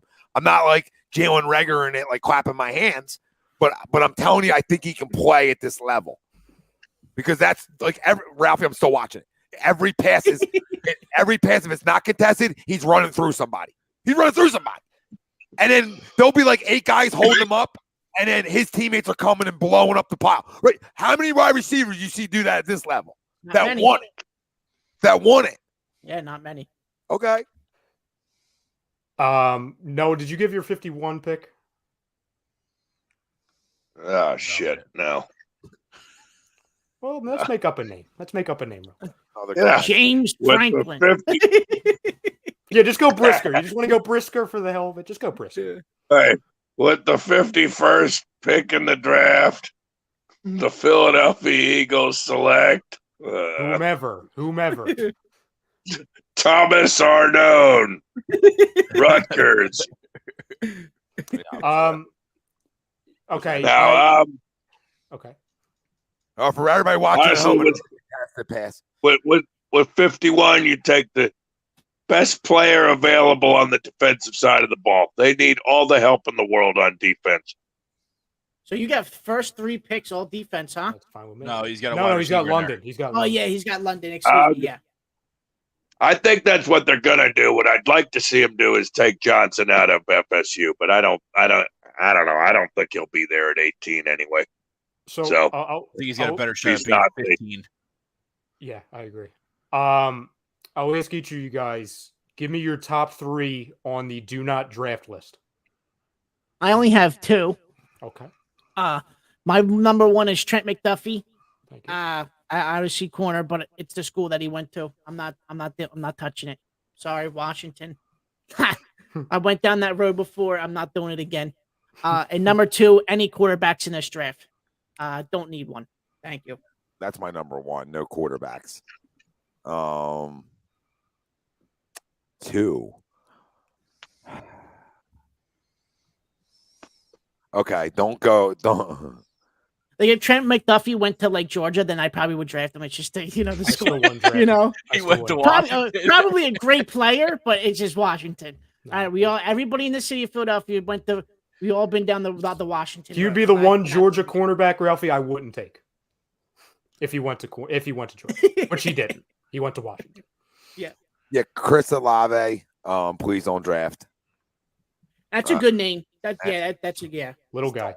Yeah, Just little don't. I mean, nothing against Ohio State, but I can wait for Marvin Harrison Jr. to come out then, right? And we get some real pedigree in the house. But no, I'm good on that. And then the quarterbacks, we'll go Olave, and then I do agree with the McDuffie. I don't want to keep naming the same names. I would steer clear of McDuffie, but don't trade back and a job of me. Don't trade back and a job of me. Tommy must have missed mine. Yeah. No, I heard yours. Don't. Okay. Don't But you? yours was in the second. You're talking first round. I'm talking. Don't give me like 24 and get fucking cute with me. I'm with you there. I'm with you there. Tom, what about 27? No. I'm not saying. I'm with you there. I'm not saying these guys won't be good pros. Oh my god. I'm not saying. By the way, this guy's still running through contact. This is amazing. I mean, this is amazing. Like, you want to talk about being sold on a guy out of nowhere? Like, hello. I'm like Howie on draft day. I just get sold on somebody. Every fucking catch just ran through another guy for 10 yards. This is amazing. I don't want a wide receiver, but this is amazing. I'll Marshall, take thank you, brother. Thank you, Marshall. Yeah, thank you. Wide receiver now would cause contract problems later. We need 2 defenders high. Listen, it makes sense. I mean, I don't think anybody on this panel wants a wide receiver. So speaking for everybody on this panel, we're gooch. We're gooch. We know what we want. But we also know how this organization's been operating. And there is talent in the first round. There is. There's better players than Jalen Reagor and Quez Watkins. But if I don't have a quarterback, then I feel like I have a problem. But if you want to give him the weapons to see if he can do it, I understand it.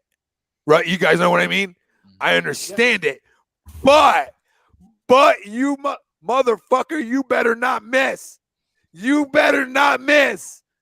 This better be home run city. I'm talking gold jacket now. Yeah. So whoever especially that it's not like you have one first round. You got 2 of them.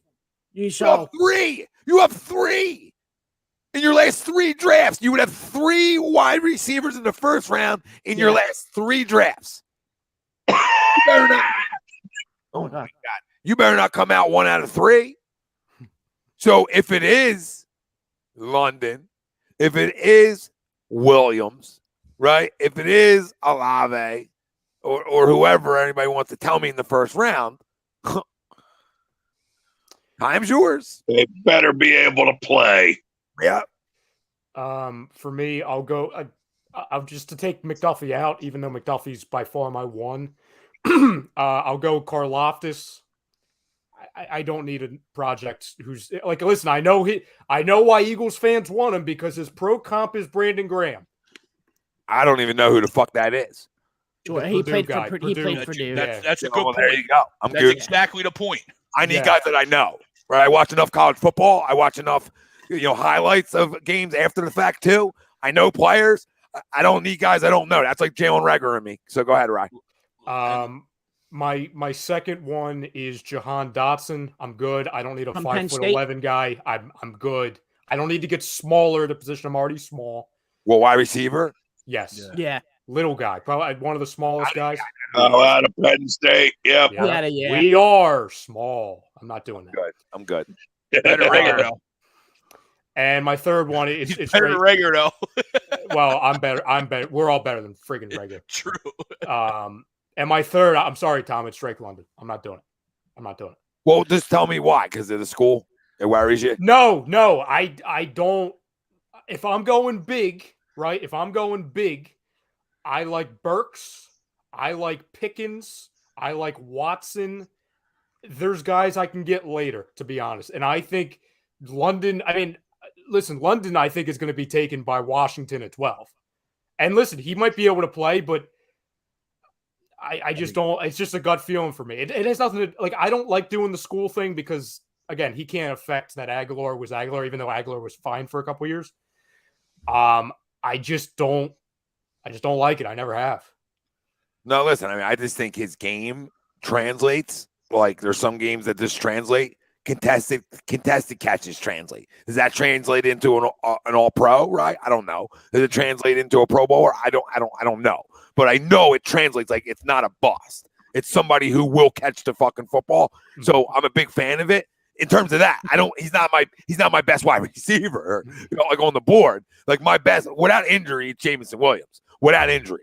But you factor in the injury, and it's like, okay, And I can't believe we're even having the goddamn conversation about a wide receiver too. Well, that's why I kind of like Burks a little bit. I know he's like the one receiver that really hasn't come up in Eagles discussions, which I find odd, because he's kind of the mix of big and also physical and also a little bit fast. Like, I'm not saying he's running a 4.3 by any means. I don't know. To Tom's point, I don't really care what he ran in the combine because there's certain people in past Eagles drafts that ran well in the combine that can't freaking move at all. But I'm just surprised just based off of how they're looking at receiver and they're looking for a complementary piece to Devontae. I'm just surprised Treylon hasn't shown up. No, it's another really good player. Like, I do think that this is deep in terms of the wide receivers. Like, when I look at them, the only bust I smell, like bust, is Olave. That's the one I really smell. Like, I don't no parts of him, please. And it's not even about the school. It's just about the system, the offense. Right, I'm just not in love with it, and there's so many guys around him that are ballers too. It's one of them that, like, I don't know. Burks plays in obviously a great conference. You got to think too. There's a guy that got hurt in the semifinal or national championship game that'll probably go day 3. Oh, Mechie. John Mechie. Oh, Mechie's a pimp too. Yeah, you know what I mean. Like, he's going to be knocked down. Day 3? I think or maybe late third, mid third. You know what I mean? Like day 2. Yeah. That's another name though. Like, he's got Waddle written all over him. Yes, he does. But it's another guy, right? If you don't go first round, you could, whatever you got to do to maneuver around it. If you got to go get him, right? Yeah. I would probably rank Burks over London too. I would probably, because he's more of like a Swiss Army in a way that translates to the NFL. But like, listen, I don't want a wide receiver, so I'm gonna leave like a little annoyed. Now, if it's Jameson Williams, I would leave like, okay, right? Like, okay, Come on. I mean, Well, I got See you in week 8. And the reason why, again, for numerous reasons, aside from them just being obsessed with wide receiver and trying to one-up themselves every year, it seems like their offense, again, correct me if I'm wrong, when they do actually throw the ball, that might happen 10 times in 2 weeks, they like to target either, obviously, Dallas, and they want to hopefully incorporate Devontae. So what I read was that they want to find somebody, and this is where I guess Williams comes in, and maybe even a Mechie later, to your point, Greg, where they can bring in another receiver that can change the effect or, the aspect of a game in very, very limited amount of catches because they're big play guys. And that's where Williams and a Mechie comes in. That's where, in my opinion, a Burks comes in, especially because you can use them so many different ways. What about Hubs, right? Hubs says, yeah, if you can get Jameson Williams and then get Mechie, we could possibly have an Alabama wide receiver core. Oh my goodness! Can you imagine that? Like, I would actually leave that draft ecstatic. Like, okay, now I just need a quarterback. Oh my God, Andrew Wiggins, what are you doing? Like, if you can't play with these guys that you played with, you can't play. Thank God for the 50 draft picks next year. We just need we would need to find another Alabama player to pick at 18. That way we can just do a full sweep. No, you just get Christian Harris at 51. Yeah. Oh yeah. Okay. Linebacker. Let's go. You go Jordan Davis, and then you go Jordan Davis with your other pick. So you go Williams, Davis. Like, this is letters out there. Williams, Davis, Christian Harris, and then Mechie in the third. How you feeling? Howie can take he can take a quarterback with every other pick for the rest of the draft. I'll give him a 15-year contract extension. That would be hysterical. I'll pull with Chucks. Yeah. He's like, there's Alabama pros. Alabama U. Greg, who's on your do not draft list? I like a lot of what you guys have already said. So again, I'll go different. I knew you were going to take that Karlaftis, so and real good. Sorry, Greg. People were like, "No, his comp was Kerrigan." If I'm being semantic, it was Graham and Kerrigan, and both things I'm good. Like, I like Brandon. Yeah, I mean Brandon Graham. It took him 10 years to figure out who he was. Yeah, we hated the pick for 4 years. I'll still draft Earl Thomas over him. Yep. I love Brandon Graham, but we're really comping. That tells me, I'm sorry, that tells me undersized project. Yeah. That's what that tells me. If you're being that comp's like he'll get a strip in the Super Bowl. You know what I mean? Like, you gotta wait 7 years. You gotta wait 15 years. You might not be here in 7 years. You know what I'm saying? Like, who knows? Like, I'm not waiting that long. Yeah, come on, Steph, get hot. You sound like Kyle Shanahan. Oh, did he say that? He said it last year. It came up my memories. Oh, that's right. I retract then. We may not be here next year. Oh, that's true. Or tomorrow. Yeah. I don't know who I'll trade. I don't know. Will we be here? So I'll go, and I know we have no chance of taking him, but Aiden Hutchinson. You don't want him? I don't want him at all. I don't think he's gonna be that good. Okay. And I'm glad. I'm kind of glad for Jacksonville that they're going away from him as number one. Oh, no, whether they hit or not, it is whatever. But sorry, Don. He's not worthy of number one. I'm sorry. He's not. I don't think Aiden Hutchinson is really good. No, Aiden Hutchinson is going to be the Detroit Lions problem. Yes, he will. My other guy is who does Jacksonville take at number one then? They're thinking about Trayvon Walker. They're thinking of that kid from Georgia, Trayvon Walker. You know what I'll do an extremely bold pick. Or it's not, I don't even know if it's bold because I don't think anybody really likes Trayvon Walker at one. Who was the guy, Ralphie, or anybody, that the Cavs took in 2013? Anthony Johnson.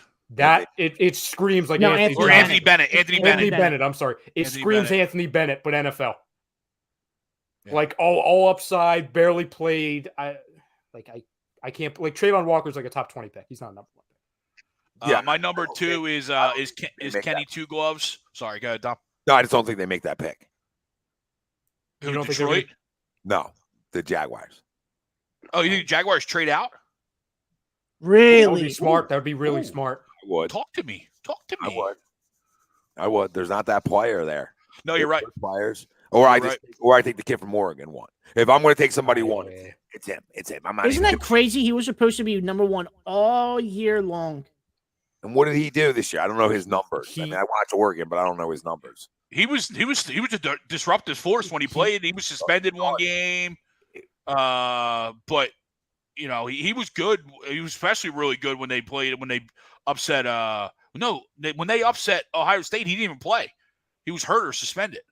He had 7 sacks this year, 35 solo tackles, which was 49 tackles all in total, and 2 forced fumbles. He's dropping because he doesn't interview well, Tom, which again, like I don't remember the exact circumstances, so I'm not trying to compare. Well. Yeah, like it reminds me of the Parsons thing because like remember it was like there was like outside stuff aside from like him just being a really good football player.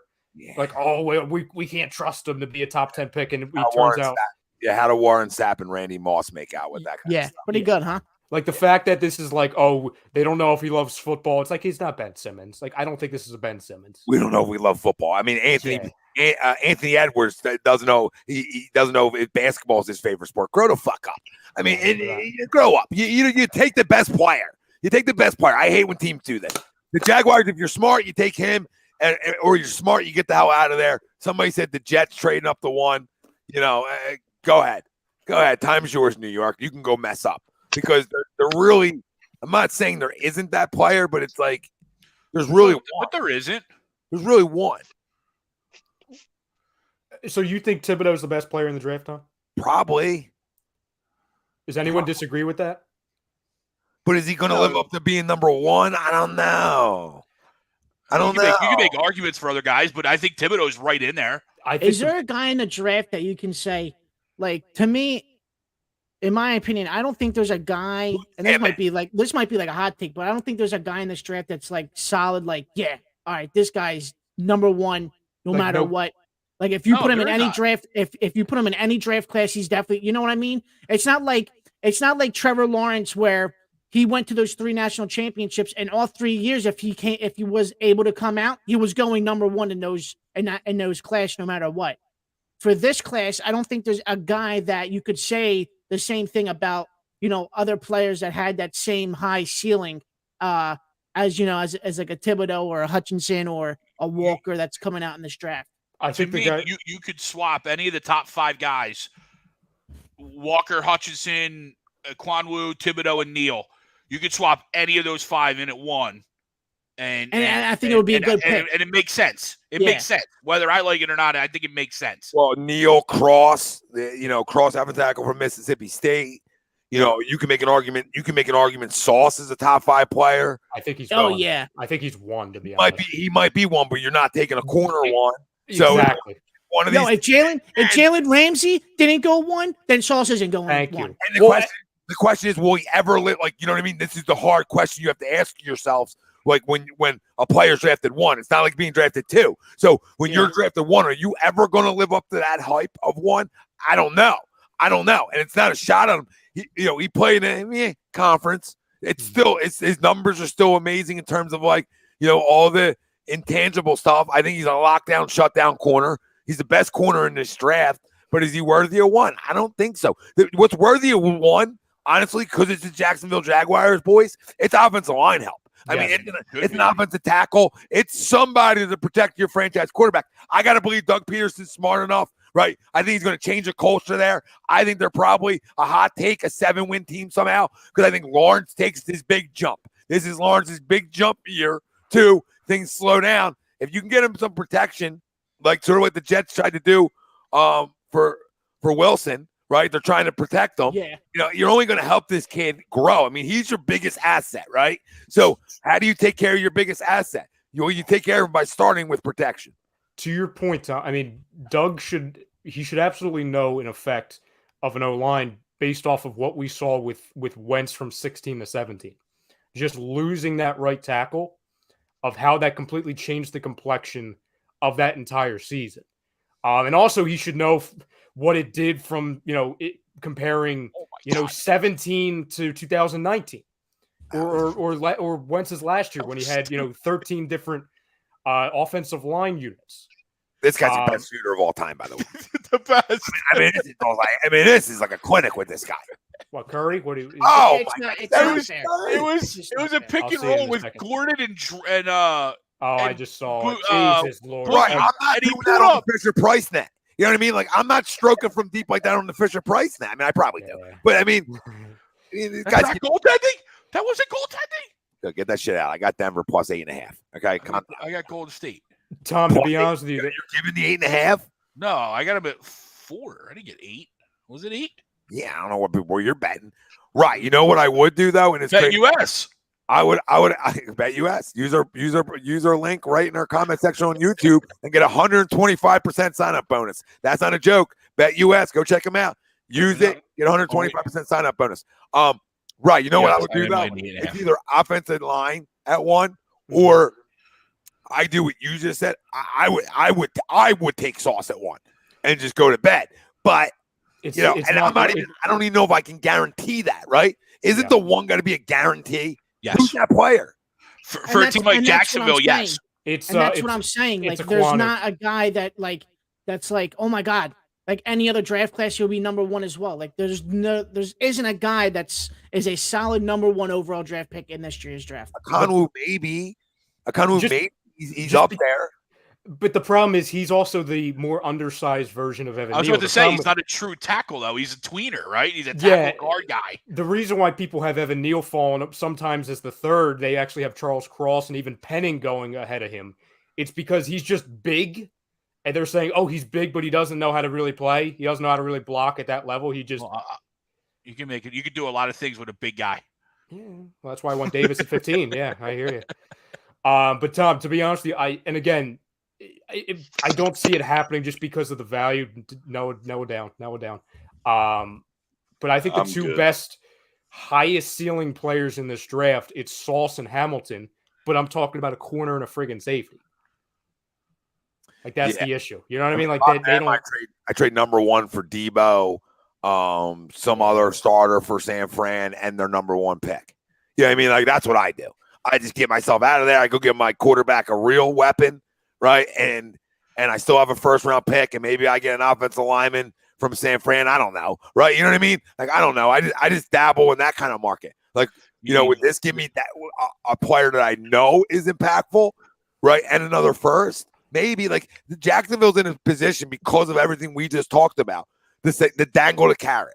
I mean, they should be in dangle carrot mode and see who's willing to come up here. If that's for a player playing right now, like if you can go get, how Indy went and got DeForest Buckner, right? And things like that. Like if you're willing to go get a proven player, I mean, teams clamor for that, right? There'll be a team out there that clamors for that and would give you a guy that's like, I don't know, a year left on his deal, 2 years left on his deal that they don't know if they can afford to re-sign him. But then they have somebody like we talked about 5 years under control.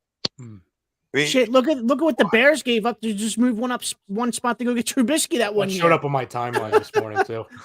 Like they gave a shit ton just to move up 1 spot. So I mean, they give up a ton to get because one's so clamored. Because there's going to be a GM that if he was our 6th guy on the show tonight, he would tell you and stand by it that player A or player X is the best player in this draft. There's no question about it. Mm-hmm. There is GMs out there that believe that and will stand on a mountaintop, right, or be on the island all by themselves with it. Okay, there's guys out there. Can you find, if you're Jacksonville, can you find that guy? I'll give you this scenario, okay, for tomorrow night. We're sitting there and you get the alert. We get the alert on everybody's phones. The Eagles have traded up to number 9. 3 players, the 3 top players on the board, okay, are Stingley, Hamilton, and Jameson Williams. My question to everybody is, which player in your mind do you think of first as this is who the Eagles are taking? Like, what's your gut feeling in that moment? Kyle Hamilton. So you think if all those guys are there, you think, oh my God, I think the Eagles are taking Hamilton. Not who you're taking, but you think that's who they're taking. I think Williams. We've been burned by that before. We've been burned by that before. Yeah, I was gonna say Ralphie. We had that. That was Earl Thomas and Brandon Graham. Like that was that trade. Yeah. To your point, right? Like that's your scenario, right? Yeah. You have that the quote unquote top safety in the draft, and you move up, and we all go nuts, and then you come out with Brandon Graham. Now it worked out for us after 15 years, but that's that trade. So I would go Hamilton, but the Eagles, I think, go wide receiver. Yep, I agree. Sadly, I go Hamilton. Sauce or Surtain, I'll go Surtain, Johnny, just because I was so high on him. He's so good. Surtain's going to be a number one cornerback in the league. He's so good, dude. You know, he's proving it. He proved it year one how good he is. I think Sauce can be tremendous, but again, it's an unknown. And I wouldn't stand on an island yelling for Sauce like I did for Surtain. Like, you know what I mean? Like I stood out there and was really adamant about how good he was going to be. Because how many Cincinnati games have I watched? Like I did Bama games. So that's the other side. Yeah. It's hard. And it's not a shot at Bama. Like you can, or shot at Cincinnati. You can be great coming from any school. You know what I mean? It doesn't, that doesn't matter. That doesn't matter to me. It's just how much did I watch it? And the target thing's crazy. Like it's absolutely absurd. Especially for college. Yeah, like I don't care where you didn't give up a touchdown and over 1,000. 2 years. Yeah, that's absurd. 2 years. I think we can all agree with this. So Matt says Williams is who I think they would take. Hamilton is who I want them to take. Yes. Yeah. Oh, Noah's back. I know.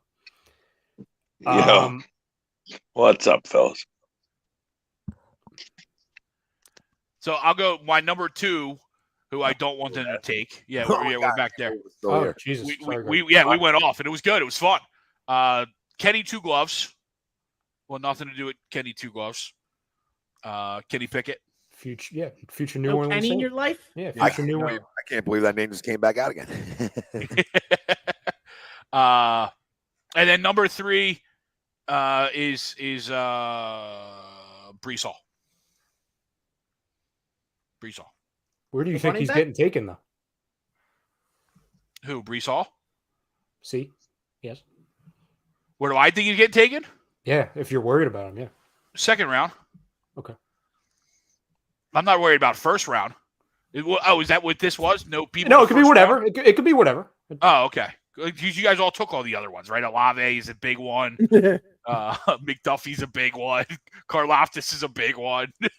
No. We sort of cleared it out. But no, I mean, Brees Hall. I do like it. I just like my sister went to Iowa State, so kind of somewhat been a casual fan of Iowa State, and I've seen Iowa State running back. So did my grandfather. Not do very well in the pros. So this one again is a pure school thing. He could buck that system, but you know. Well, did you watch him play? Yes. And what was your gut reaction watching him play? Good running back, Okay. good running back, right? You know what I mean? Like it is definitely an NFL type running back. I didn't see a whole lot of specialness. You know what I mean? Like wow. Nothing wowed me. Kind of the same thing you saw from Bryce Love when he led the NCAA in rushing, right? You know what I mean? Like, yeah, it was just like, okay. It was just there, right? It was, good. Like I said, he probably could be very good. I don't want him. I'll let somebody else deal with him. That's what I'm telling you guys. James Cook could be a light version of Alvin Kamara. Light. Hopefully without the Las Vegas elevator. Yeah, we're trying to leave that out. We're trying to stay on the field. Yep. That's tough. By the way, is he I'm not trying to get away from, but is he ever going to play? The last I heard of him was he might not play. Well, we have a draft pick that's tied up to him, so we need to know this. Yeah, that's what I'm saying. Because the sad thing is, he's the difference between them having 4 wins or 7 wins. You're absolutely correct. Yeah, he's the difference between a top 10 pick and a top 20 pick. Especially if Slant God or whatever the hell he calls himself, if he doesn't play again. It's not top 10 protected, though, or something like that, is it? No, it's all unprotected. The NBA? Yeah. It's not the NBA. This isn't the NBA. It could be number 1 overall. What could be? I mean, they've lost a lot. I mean, Malcolm Jenkins retiring is a huge hit for their defense in terms of leadership. If Kamara doesn't play, who the fuck's their quarterback? You know what I mean? That's not a team going in the right direction here. Let's be real. They lost their coach. New coach. Kenny Pickett will probably be their fucking quarterback. Well, no, it'll be Jameis. They re-signed him, so it'll be Jameis, but he's not anything to write home about. Will it be Jameis? Yeah, they did. They signed him. Yeah. Well, I knew that, but I didn't know if they were looking quarterback this year either. Who's their head coach now? The coordinator. The defensive coordinator. I forget his name, but Oh, is it Dennis Allen or something? yes, very good, very good. Yeah, it's a good hire. It's in house, right? It's a solid hire. Dennis Allen does a tremendous job with their defense, right? Their defense will still be good, but that could easily be a top 5 pick next year. That's all. Absolutely. Ralphie, this is your cue too. You guys want to run through kind of like what we think? This will be a good gauge to see, like, okay, who will be. Did Noah give his 3? Oh, I'm sorry, no. Oh, the 3 that we should stay away from? Yes. All right. Sorry. Yeah. It threw everything off when he left. All right. Yeah. No.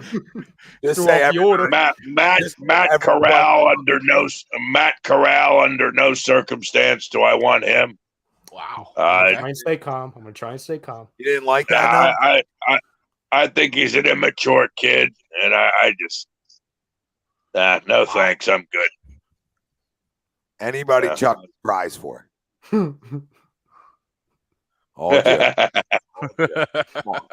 jokes, right? We said how he's crying about every pick. That's on him. That's not on me. I'm just telling you what he's tweeting. Deal with this. The kid out of Washington. No, I already gave you number 2. Go ahead with your 3rd. I filled you in on it too. The kid out of Washington. He'll just be another fucking Sidney Jones. No also thanks. a Chuck's favorite. Also a big. By the way, Sidney Jones is still playing in the league. It's just ironic that we Sidney didn't Jones can play. Can I opt out of this? Can I opt out tomorrow? Like, I might just do my own personal Sixers stream. You know what I mean? I might just steer clear. I mean, Tom all by himself, taking a Game 6 loss to the fucking face, all right, and let the crying happen on somebody else's time, right?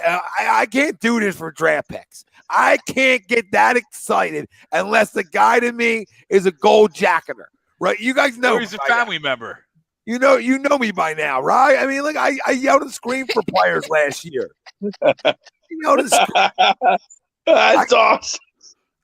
When I'm not yelling and screaming, that was for the Rager pick.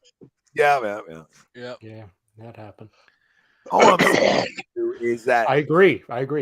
There isn't that player this year where I'm like, can't fucking miss. There was players in last year's draft, Surtain, right? We're not even talking about Jamar Chase. We're not even talking about how good Jamar Chase was, right?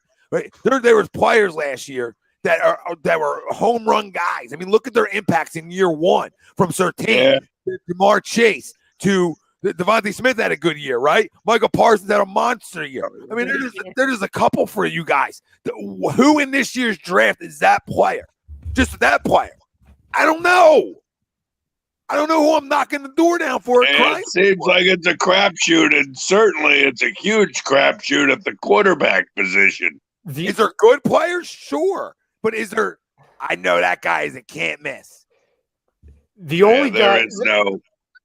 The only guy realistically that the Eagles could get where I would be like really happy, not what the photos that I put up a second ago, not that, but like really happy. Maybe to the point where I'd be like, you can do whatever you want with 18. You know what I'm saying? Like if they got this guy, it's probably Hamilton to me. I agree. But even then, I'm not reacting like I did with Smith.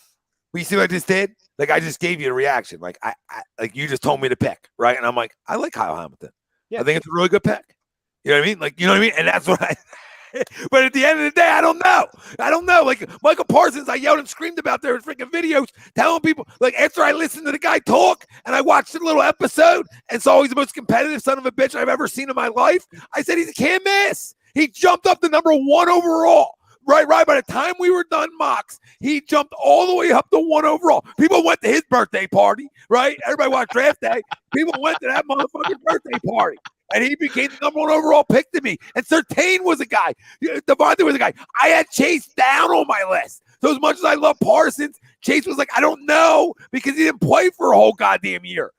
Like, how good is he, right? And I'm being honest. And the guys, it didn't matter. So he's unlike Stingley. Stingley didn't play or get picks or do anything, I feel like. Right? Jamar actually, when he played, was a fucking stud. So, right, and he goes to the perfect situation where he's with his quarterback. So it's a win-win for the guy. But look at last year's draft. There's other players that we're not even mentioning that we all loved a lot that can play. that can play. We like a lot of guys. That's how you go into this year's draft. I like a lot of guys. Does anybody disagree with that? You ain't falling in love with any of them. I got No, you. it's a weird year. It's a weird. Yeah, it's a very weird year. It really Yeah. is. I'll tell you. My thing is no Matt Corral, and for God's sakes, I do not want an undersized wide receiver. So no Jahan Dotson. Got it. I'm buzzed killing you. With all due respect to Nittany Lion Nation, no. Tom, I'll give you the scenario where I think we'll go a little crazy. And it's not because of the player, but it's because of the situation. How's Tom being a buzzkill? No, I know what he's saying. He's messing with me, but Oh. I may be buzz killing you a little bit because there's good players. There isn't the can't miss guarantee. No. Lock him up. That guy's an all pro. That guy's wearing a gold jacket. I'm not standing on that ledge this year. I'm not. Other years I have, I can't. If they go linebacker, I think we're going to go crazy. No. Just because of the shocking, like, oh my God, they did it. Yeah, Nakobe Dean would move the needle for me. But then again, I would sit back and say, is he can't miss? Right, no, cool. like I think the reaction be like, oh my God, the impossible happened. Like, you know what I'm saying? Like they finally did it. Finally. Yep. Yeah, I don't think it would be because like I think that would be the reaction if it was Devin Lloyd or you know what I'm saying? Like just because it's a linebacker. Yeah, Devin Lloyd would be like, wow, they got a linebacker. And then I'll say to myself, I don't really like him.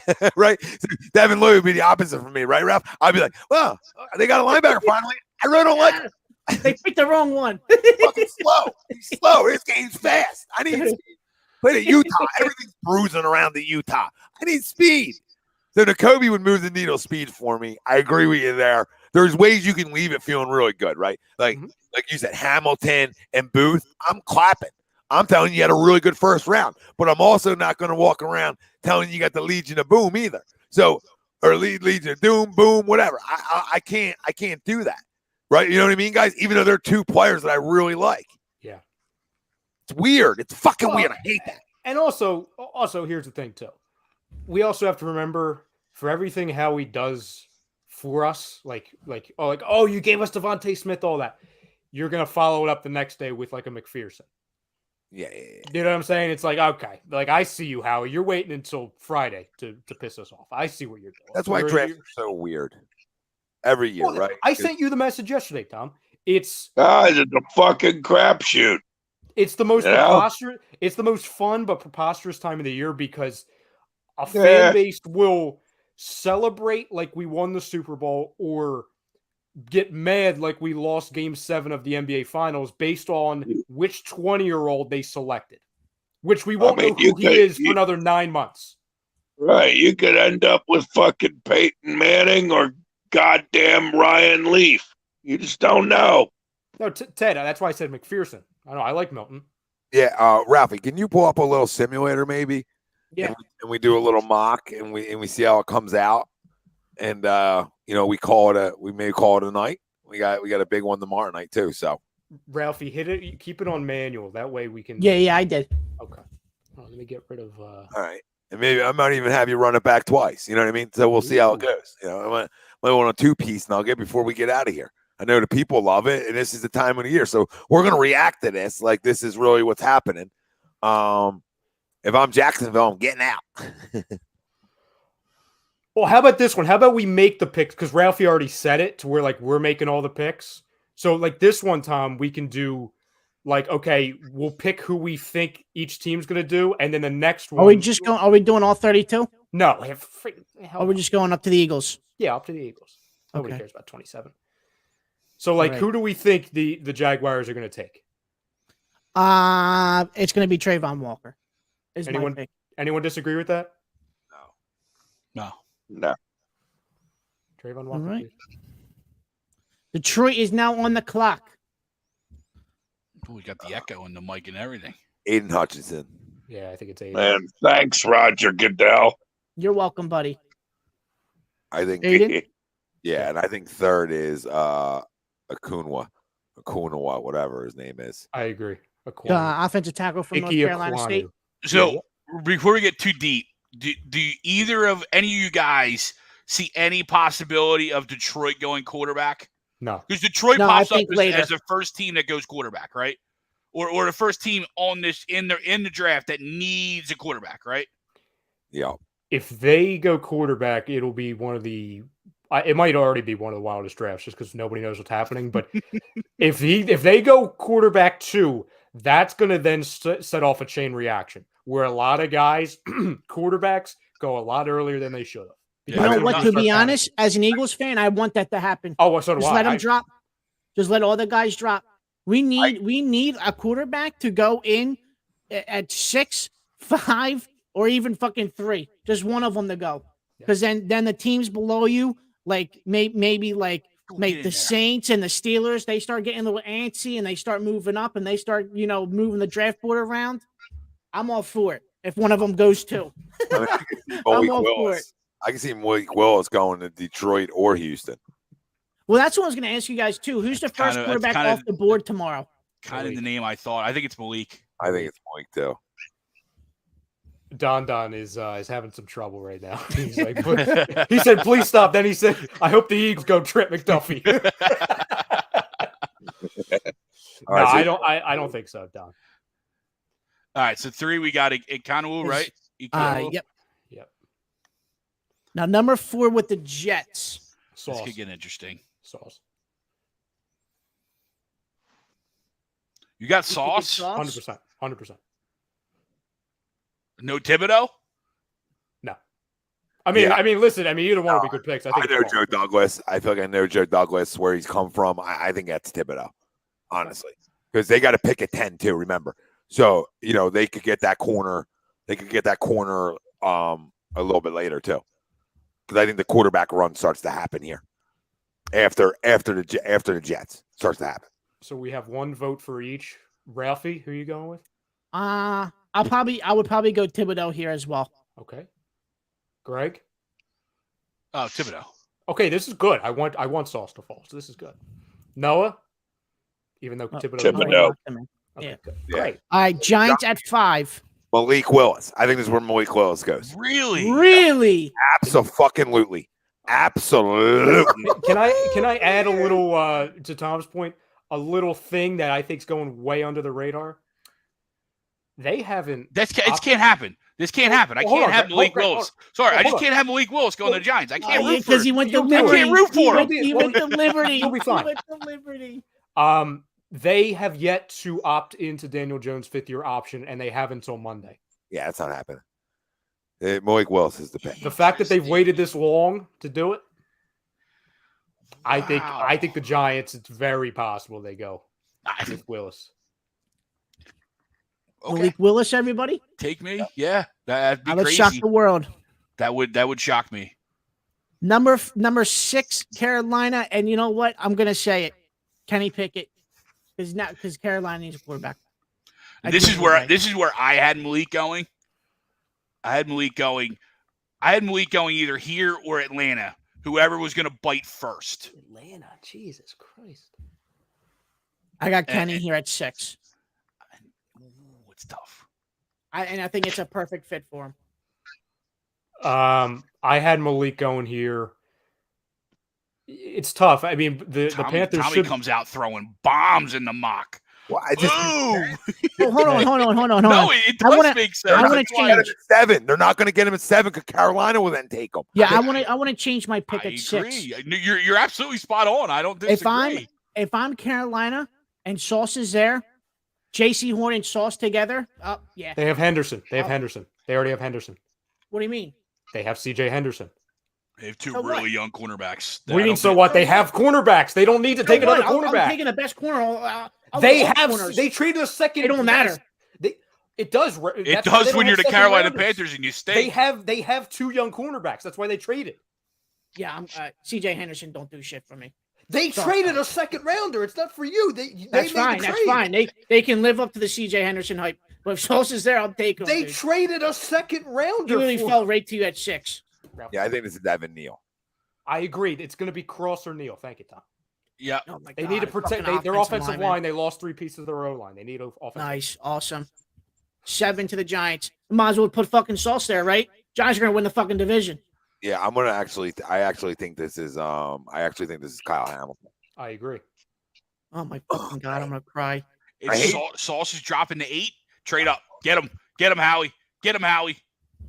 Yo, if I'm telling you, if he fucking falls this far, I'm fucking calling. Howie's already trade. there. Howie's already there at the Falcons pick if Sauce is here. So what are we thinking? Kyle Hamilton at 7 for the Giants? To me, it's Hamilton or Sauce. Yeah, it's one of the two. To me, who's got a coin? Who's got a coin next to him? They got better corners than they do safeties. Yeah, but they're also willing to trade James Bradbury, though. Yeah, we're willing to and doing it. It's two separate things.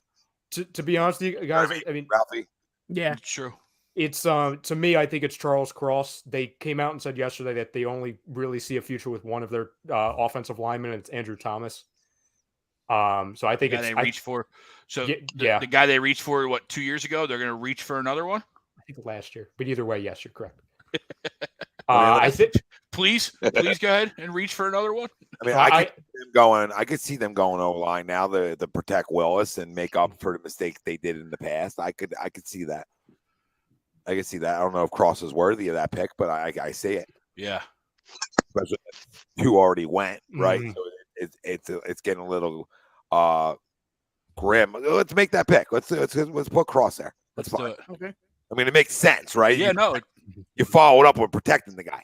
They did it before, right? They took to all of his points. They took Andrew Thomas after a run of tackles, right? Yeah, and after Daniel Jones, I think. Yeah. At 8, Atlanta. I think it was that same scenario. Jesus. Ralphie, it's going to be who they think is the best wide receiver. They don't have anybody. Garrett Wilson. So Garrett Wilson is the top one. I think it might actually be Jameson, but yeah, we'll go Garrett. Number 9, Seattle. It's Stingley. Even though if Sauce is there, Jesus Christ. Yeah, at this point, I think they would. I wasn't expecting Sauce to still be here. I'm throwing you all a curveball. I think this is Matt Corral. Oh my God. You need a quarterback. No, I know. I'm just saying, Matt Corral. Tom wants the freaking world to burn tomorrow night. They did not call an offensive foul there. Oh my God, I hate the NBA. I love worlds burning. Right, I love draft boards. No, this will be my favorite draft ever if all this happens. I mean, does it not make sense though? They need a quarterback. I mean, listen. Pete Carroll's like 75 years old, so yeah. I mean, I don't think they want to have. Well, you don't like Drew Lock? No, I'll I think pass. he's pretty good.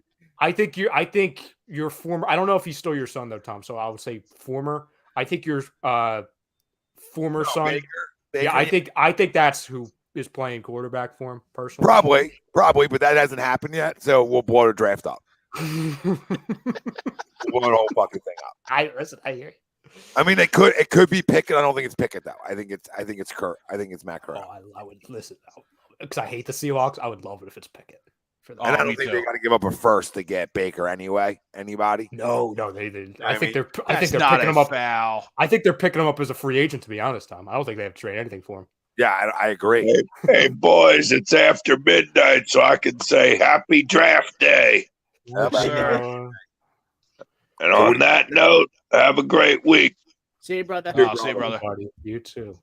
See you, brother. All right, boy. That's a nice flop, Jokic, you bitch.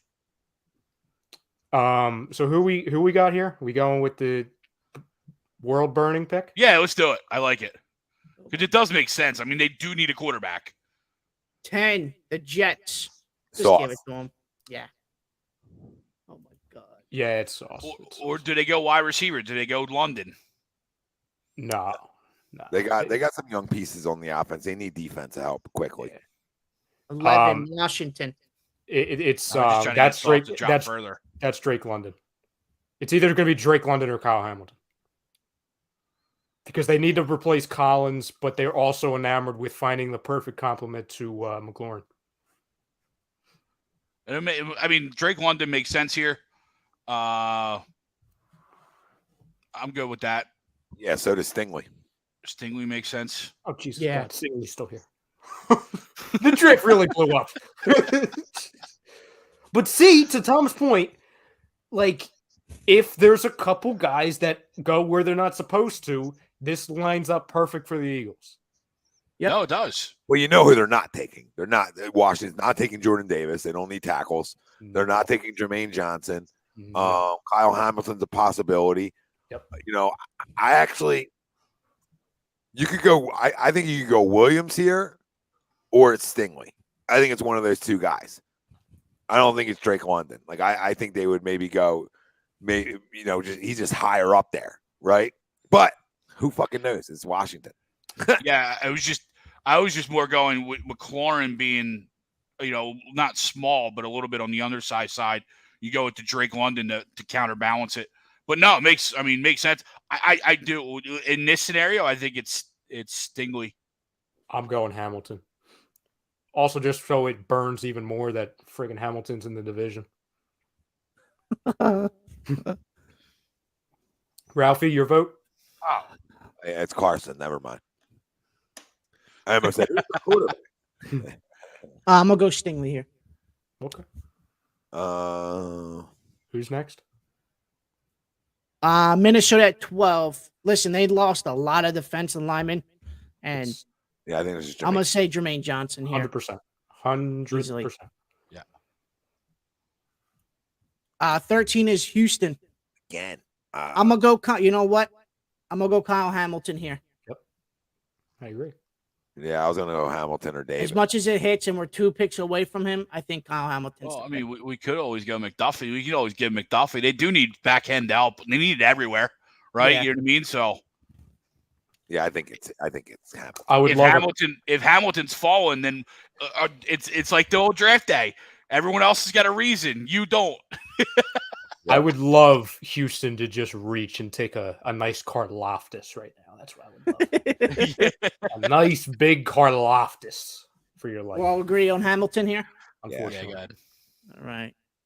14 is the Ravens. Zero They shot Davis they gets past unfortunately them. are not. They don't reach. Yeah. Zero shot Davis If gets Davis past is still there, yeah. Yep, I think it's Davis. Yeah, unfortunately, I agree. I think it could only be 2. I think it's either going to be Penning in this mock. You know what I'm saying? Like if other tackles are there, it's either going to be Penning to protect Lamar, or it's going to be Davis. 15, Philadelphia. This is Williams, Karlaftis, Penning, Pickett. Devin Lloyd still there. Andrew Booth, Daxton Hill, Drake London, So what are you guys taking? Trent McDuffie. I feel like everybody's going to be different. Well, you know me. I'm going to go with Devin Lloyd. You know me. Ralph? I'll go last because I know nobody's going to have the name I have. who do I think they're taking? No. Who would you take? Oh, out of the names that are still left, huh? Yeah. Yeah, I would think they're taking the kid from Purdue, which I would burn the world down. But I'm taking the Kobe Dean. Yep, I think that's who I'm going to go with. If this shook out like this, I'm going Andrew Booth. So who should we just put in here? Well, we got two. You got two choices for Dean, right? So go Dean. Okay. That's the only way to do it. 16 is New Orleans. Well, all their quarterbacks are gone. I think it's Kenny Pickett. Kenny Pickett. Yep. Yeah. All right. I think either this pick or 17 is the Chargers. Penning. I think it could be either be a wide receiver or an offensive lineman here. no. I think this is Penny. Yeah, I think it's Penning too. Even after Slater from last year? Yeah. Alrighty. It's you see their quarterback? All righty. And now 18 with the Eagles again. I think Olave. Say it again, Tom. I would go Andrew Booth here. Mm-hmm. Jameson Williams. I would go Booth or Williams. Because if they drafted Dean, I would be happy if they took Williams. Right? Then you're allowed to. Yeah. Then you're allowed to, in my opinion. You want to be allowed to you want to be allowed to draft the wide receiver, then you take the Kobe Dean. And then I'll be like, all right, you get a freebie next one. Go dabble. Let's go. And you're dabbling for a damn good one too.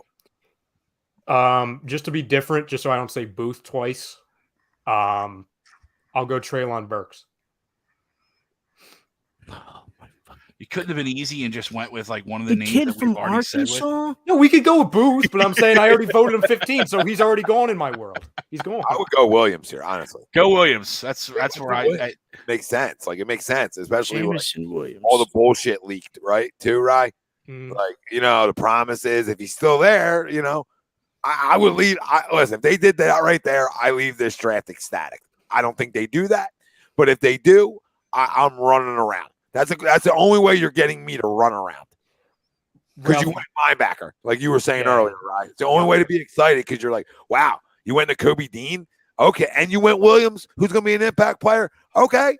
I like your pick. Both. Yeah, high upside, immediate impact. And look where they both play. Look where they both play. Yeah, no friggin' Texas A&M. No, where did Rager go? Sorry? TCU. Yeah, none of that garbage. Ralphie, run it. So refresh it and run it back. Right, give me 2 seconds. Well, let's screenshot that somehow. Okay. Take care of that, Ralphie. You're the best. 2 million screens over there. John LeClaire poster. The jersey. I didn't even see that. Has that always been there, Ralph? Yeah. Yeah. Yeah, it just has. I just never mentioned it. It's classy. That's classy. You thinking Lloyd over Dean? Slip?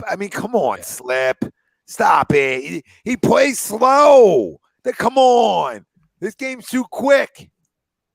I do like Devin Lloyd, but not as much as people do. I don't know. Ralphie, side note, I really appreciate. Am I going slow or normal? Slow. Oh no, we need our time. We need to take it. Now, and just get ready to pause it. You know what I'm saying? After each one. No, I'm just picking. I just have to pick one team, right? For this to do it automatically. You don't have to. No, I don't think you have to. Okay. Come on, Ralphie. You know the machines. While you're doing that, Ralphie, let me just say I appreciate that being a LeClaire, not a Lindros. It's a classy move by you. Yeah, and I appreciate everybody right now if they can hit the like and subscribe. If you haven't over on YouTube, if you're over on Facebook, make sure you're following us. We're everywhere: TikTok, Instagram, Twitter, if you even give a rat's ass, and everywhere you get your podcasts. So make sure you're checking us out in every location. We appreciate every one of you. Look at us. A bunch of people still watching. We're 2 hours in. It's 12:30. We got a fucking 4-hour freaking jerk-off fest tomorrow night. You know what they're doing, Tom? They're pretending the Sixers don't exist, and I find it to be very fun when that happens, to be honest. It's Know-It-All Thursday tomorrow, and I'm going to there's better fucking cover. I will freaking. All right. You guys ready? Yeah, I'm not ready to nothing anymore. I'm telling you, I might opt down to a Sixers game tomorrow night, all by myself. Never done before. I'll be like our boy RB Philly, right? Who I'm a big fan of, right? I'll be like him, just doing a game all by myself. Hard to do, by the way. Wouldn't enjoy it, especially when we lose. Go ahead, Ralphie. Without further ado, give me number one pick. No, I'll stop if there's a trade. Wow. So Evan Neal and Malik. There you go. Wow. I thought it might happen. I thought it might happen. I know Detroit's high on him. Don. I love this season. The friggin' machine said, you know what, Tom? You wanted to have fun with this? Hold my friggin' beer. There he is. But you know what? It makes sense for the Jaguars, right? Like what we were talking about. Best thing to do is to keep Lawrence upright. Yeah. Yeah, pause after every one, Ralphie. Okay. Don. On turf, I'd be ecstatic with that pick. Yes. Yeah. On turf, indoors, watch out. Don, you have Jared Goff right now. Come on, bro. Don. Just because we love you, we'll trade a 5th rounder for Jared Goff for you. That way it's not too crowded. And a water bottle. Listen, he could throw the ball a little bit compared to the guy we have. I'm not saying he could throw it a lot, but he can throw it a little bit. Yeah, baby hands. He's definitely better from the pocket for sure. Yeah. Not hard to be. They foul right there. Wow. Big fan of that. Go to the line. Hit 2. No, they had one to give. Oh, why would they do that? Okay. Number 3, Kyle Hamilton. Wow. The Texans. Wow, this is great. Well, did we have Hamilton go to the Texans? Later. 13. Yeah, 10 picks later. Yeah. So the projected top 3 is not happening. It's all different. Well, I think the Jets are taking Aiden Hutchinson right here. I'd be shocked if they didn't. Jets take Aiden Hutchinson, number 4 overall. Tom, are you the machine? Are you the No, I feel machine-ish. Now it gets tricky. Now we get a little tricky. Here we go. Here's number Tip. 5, Giants select. Icky. Yeah. Okay. That's a good Okay. pick. That's actually a great pick, to be honest. The way this is falling out, absolutely. Carolina selects Derek Stingley Jr. Oh, hey, cornerback Ralphie, are you LSU. the? Telling It you. doesn't matter. They traded 17 picks for the 7 cornerbacks they have. Let's get another one. Tommy's Yeah, gonna didn't Tommy's they gonna go- sneak was by it- by a point. Damn Was it. it last year that they went all defense in their Yeah. draft? This is Yeah, okay. quarterback right now. This is Two- quarterback.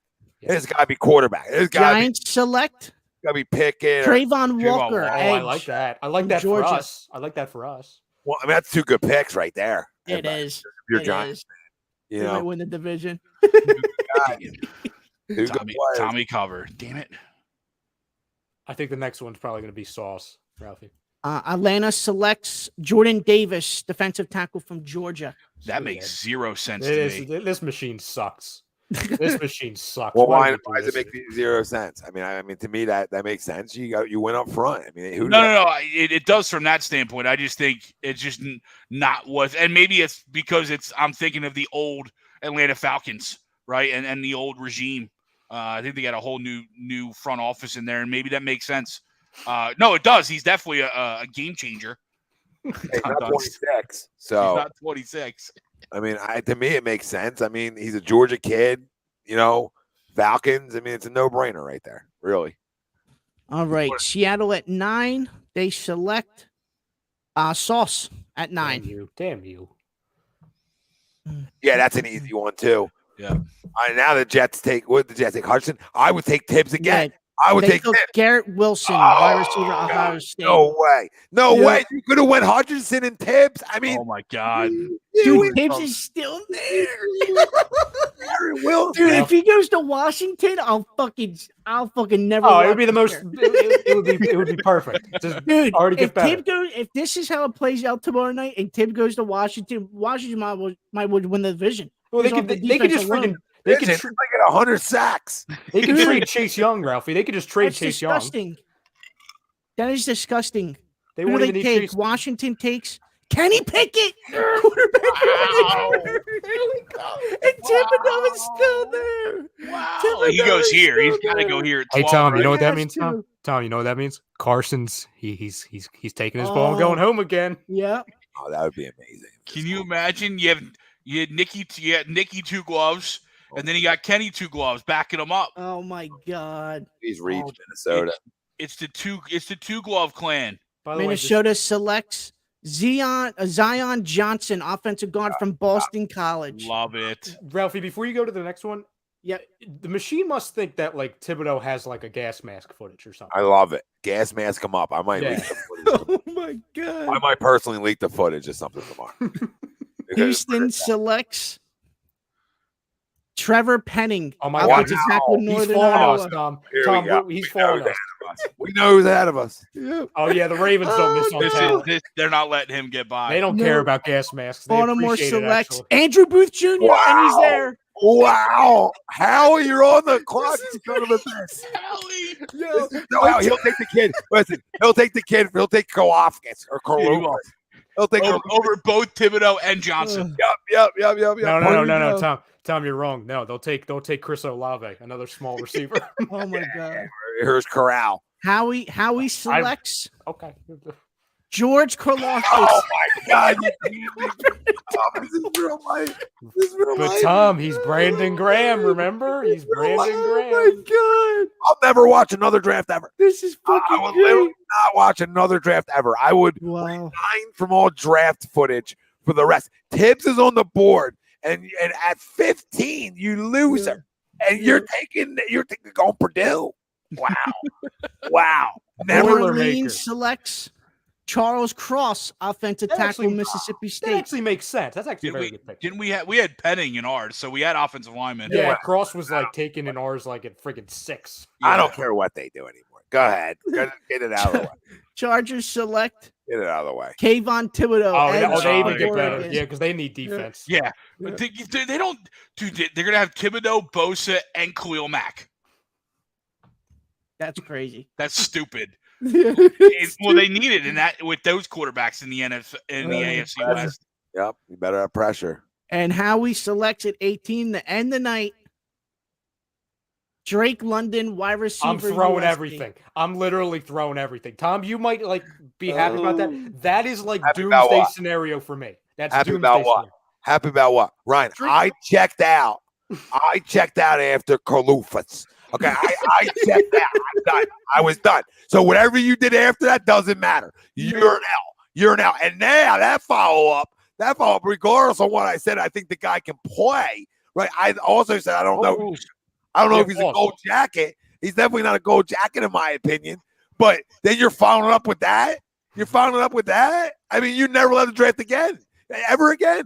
I would literally never watch another draft ever. We would never do draft coverage. Like it wouldn't be allowed. It would be like, why? What's the point? What's the point? Like what for? What for that? That's for that. crazy. We waited this year for Karlufas and freaking Drake London and Whiteside 2.0. That's a joke. Ralphie, go. Hit Yeah, pause. Ralphie. Yeah, hit pause, Ralphie. Ralph, Ralphie, what the? I'm going. You're I'm going. freaking butchering this, Ralph. I'm Ralph, gonna just go scroll again. down. Just go again. Yeah, just go again. Oh Ralph. my I mean, God. you screwed it up. But where I was going was Corral to Pittsburgh. I think Yeah, right Pittsburgh's there. taking a quarterback. Yeah, whoop-de-do. I've told you, I'm done with the draft. It ended. It ended when they did that. And Olave went to Green Bay. Who gives a Oh my God. Start a new sim, please. I can't keep looking at Drake London. Yeah. Am I doing Ralph, automatic? Yeah. Just do the same thing because Ralphie, the chat was asking us to go to 24 to react to up until the Cowboys pick. That's what Oh, we I did. didn't see that. Well, let's get You this don't- over with. We Not got a a man of the people, half-hour show tomorrow night. I mean, we're literally All right. might as well sleep in the garage. Am I just running this go? Am I just letting this run? Act Go like, 5 picks. Go don't 5 picks at a time. Okay. don't act like it's your first time. Walker, Malik. Wow. Wow. That's your Josh. first 5. Wow. They went Malik again. Don Don Don's- Don Jordan- the window. Jordan Davis to 4. Don's not watched anymore. He broke every electronic in the house. Listen, So, that's a Top jet food, man. 5. Aiden Hutchinson, no Thibodeaux in the top 5. I mean, anything's Wow. possible when there's Wow. not that guy. You're absolutely right. All right, I'm gonna go to 10. Yeah, go to 10.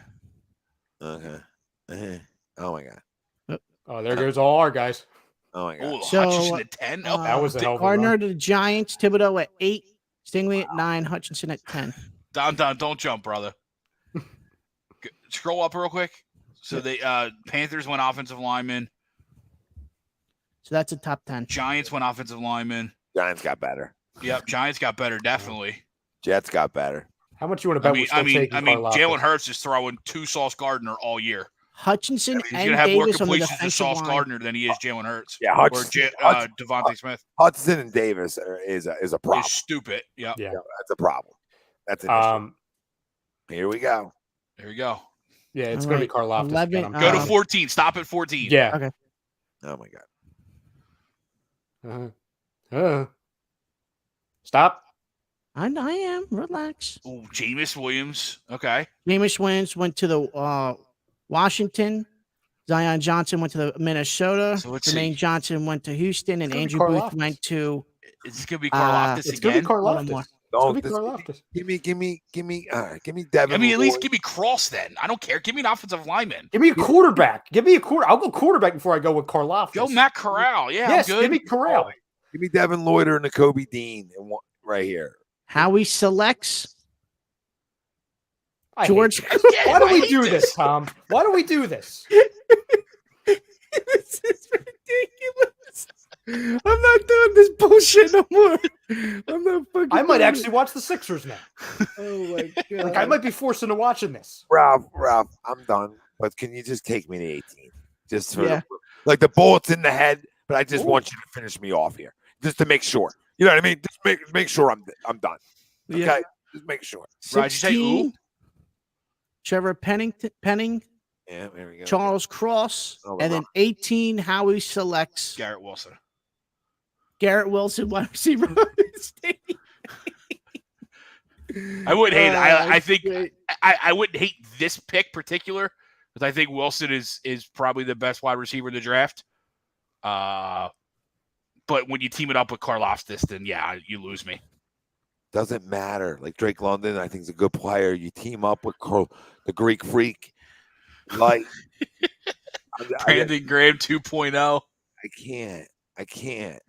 If this happens tomorrow, guys, I'm just telling you. If anybody cheers it, and there's excitement for Kalufis, and people try to like Brandon Graham me and fucking jerk me off under a table about it, knock it off.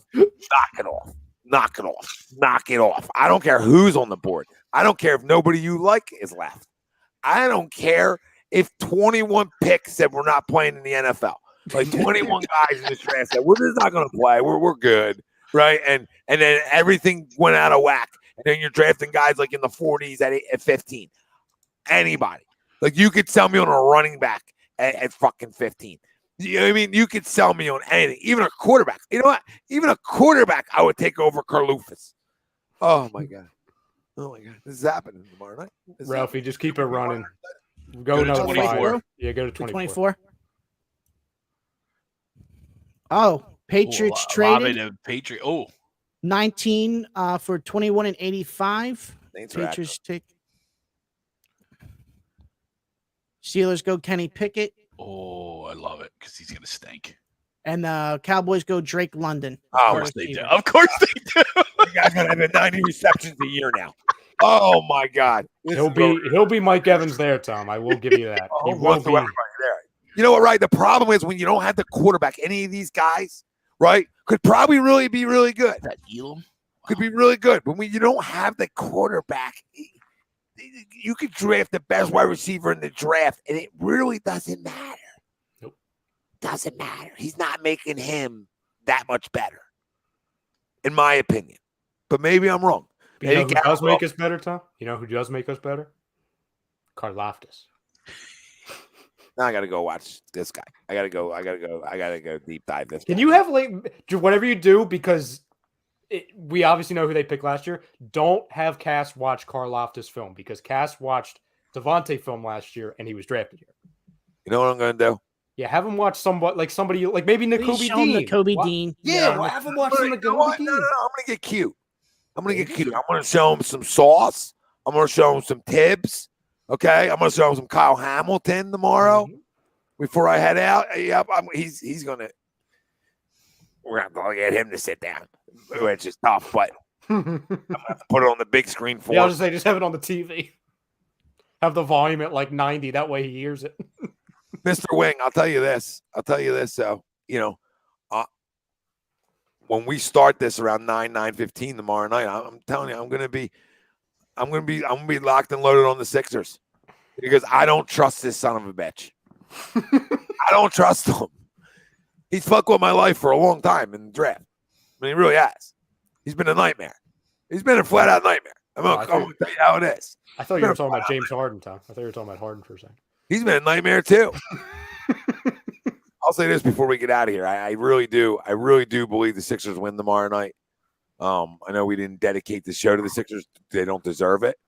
I also don't believe in all like the people that are overreacting to the finger pointing per se, because I think that's just like normal quotes after the game. But if you listen to it all in context, people take accountability for themselves before they take shots at anybody else, and they're just answering questions.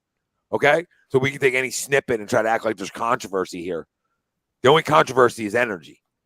All right. And if they come and they match the energy tomorrow, it'd be fitting for us to win that game in Toronto and not win it here. We've been a better road team the entire season.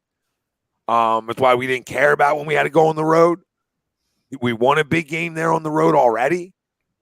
It's easy to shift the series. I'm still not a panic meter tomorrow. Talk to me in the fourth quarter. But, I could easily see them losing the game because that's Philly. Right, that's us. That's typical us. But listen, man, if you don't come out like jacked up for tomorrow, I mean, check your polls. Check your polls. I mean, I'll get rid of everybody then. I would clear house if you don't have energy tomorrow. And if you bring energy tomorrow, you're going to win a basketball game. Problem is, they're better without Freddie. They're better without Freddie. I've been yelling and screaming about this. They're better without Freddie. So now they got a bunch of big guys who can handle the basketball, and they become mismatched nightmares. So if Doc comes out and plays zone at some point, doesn't got to start off in zone. But if he goes to zone and mixes it up like 3 or 4 times a game, I feel like 3 or 4 times throughout this game, Sixers win. Make them a jump shooting team. Make them, without Fred, a jump shooting team. Nothing in the paint tomorrow. Lay off, guys. Contest late.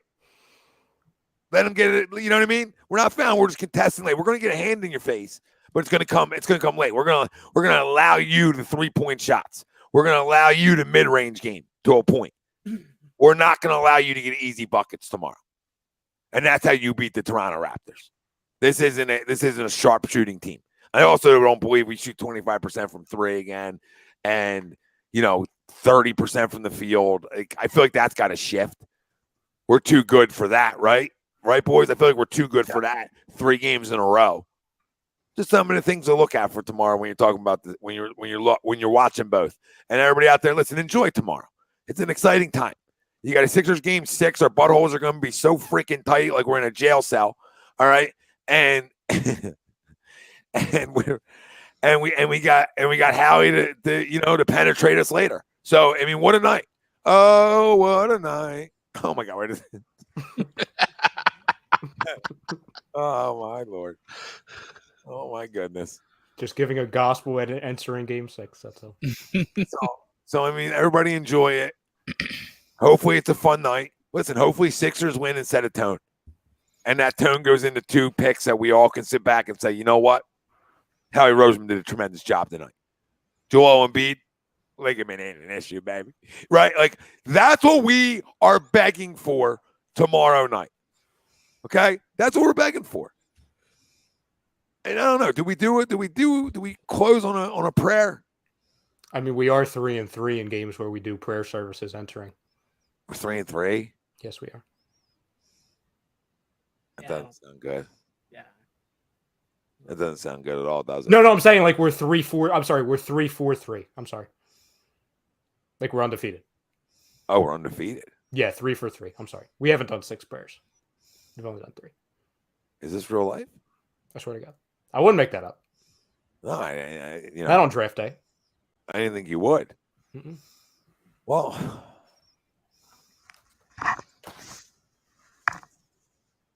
I mean, Gonna remove the hat out of respect. yeah, no, it's only the right way to do it. Show my ball. Here we go. Let me get this unplugged. We gotta do some things here.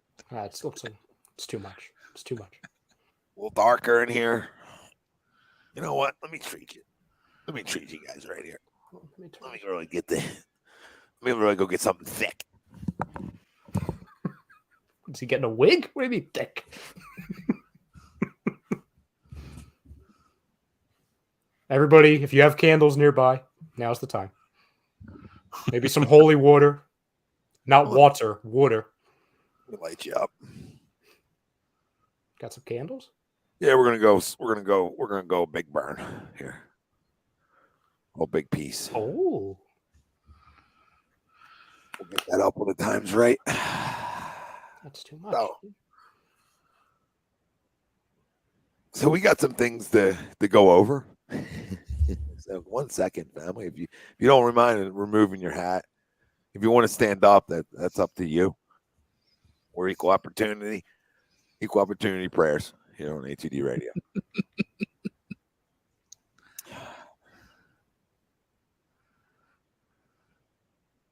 Trying to find the. Don't worry, she's there. She's there. Don't worry. There she is. Oh, there it is.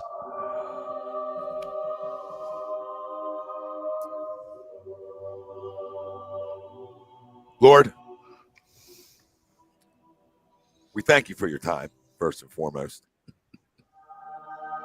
We're not asking for a lot. We don't. We really don't here when it comes to our sports teams, but you know how much they mean to us. Joel Embiid has been snake bitten during the playoffs, so we're asking you for a little bit of a favor. We need you to heal. Maybe not fully. We need you to relieve the pain. Relieve the pain just a little bit. 48 minutes. A little bit. Get her MVP back. We're asking for an MVP back. And if you have time, we need you to give a little boost to the legs of one James Harden. Just a little boost. Oh, a little yes. boost. A little boost. A little boost. A little boost. Preach. Can we see a 29-year-old maybe? And Lord, if you have time after that, That's a lot of asking. it's a lot of asking. Can you please? I'm starting to see smoke over there, Tom. Be careful. Listen, we're lighting the whole road on fire. If you have time, can you please help Doc? Oh, here we go. Series. Hallelujah. Praise him. Praise the Doc. / Glenn. Healed Jimmy Harden's hammies. And first and foremost, Rub them down with some coconut milk tonight, Doc. coconut them. What is this, Kapler? God damn. First and foremost, Lord, like we started it all saying, Yeah, before we got to Kapler. we need you to take care of our big man. Oh. We need you to heal him, take away the pain, and allow him to shoot jumpers like he did a week ago. And after all that, we would ask you just to take us out with a win. Oh, please, jeez. Tom, there's a bet in there. It's called Every Voice. I think that's the perfect way to end it, by the way. Every voice. Ralphie knows what I'm talking about. You like sitting here? 48 minutes. Just 48 minutes. That's all we ask 48 minutes of great basketball. of a healthy Joel.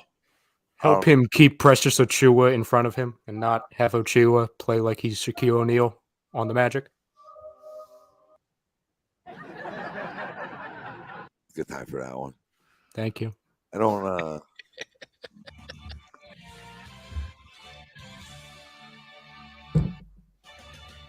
No, that wasn't it. Okay. I don't know where the other one is. I don't know what bed that's in. Search Church. Is there a church? Maybe it was renamed. It's been a minute since I've been in there. Yeah, no church. Not good. Somebody on the Raptors got to it. Got to my playlist. Got to my playlist, Ralphie. No, there's no No, that's not a good sign, Tom. It's not a good sign at all. Ben? This is what the draft could be tomorrow. That's Ben? what like everything's gonna be. So listen, going for 4-0. We love you all. If you haven't yet, become an A2D member, $9.99 a month. $9.99 a month. Okay. And that gets you picks from Willie Vegas. We'll give you some daily picks, and some home run plays, and you get Nate Moss every weekend. So it's worth it. And plus you help us out and you help us grow. And we're going to get back to giveaways here throughout the year. So we'll do our member wheel for jerseys. We got other things to give away. So we're going to be giving away stuff. We're going to have some tickets to give away. So I'll tell you this, the next member, I got 3 Phillies tickets for you. Or 2. Sorry, I got 2 Phillies tickets for you for tomorrow's game for the next member. Next member. Got to become a member. Right in our description on YouTube is where you become a member at. Right? So you get a pair of Phillies tickets just for becoming a member. I think that's worth it. So who's going to be the next member? I found it, by the way, Tom. Perfect What? way to play us out. How did you find it? You're not even here. On my phone. Oh, yeah.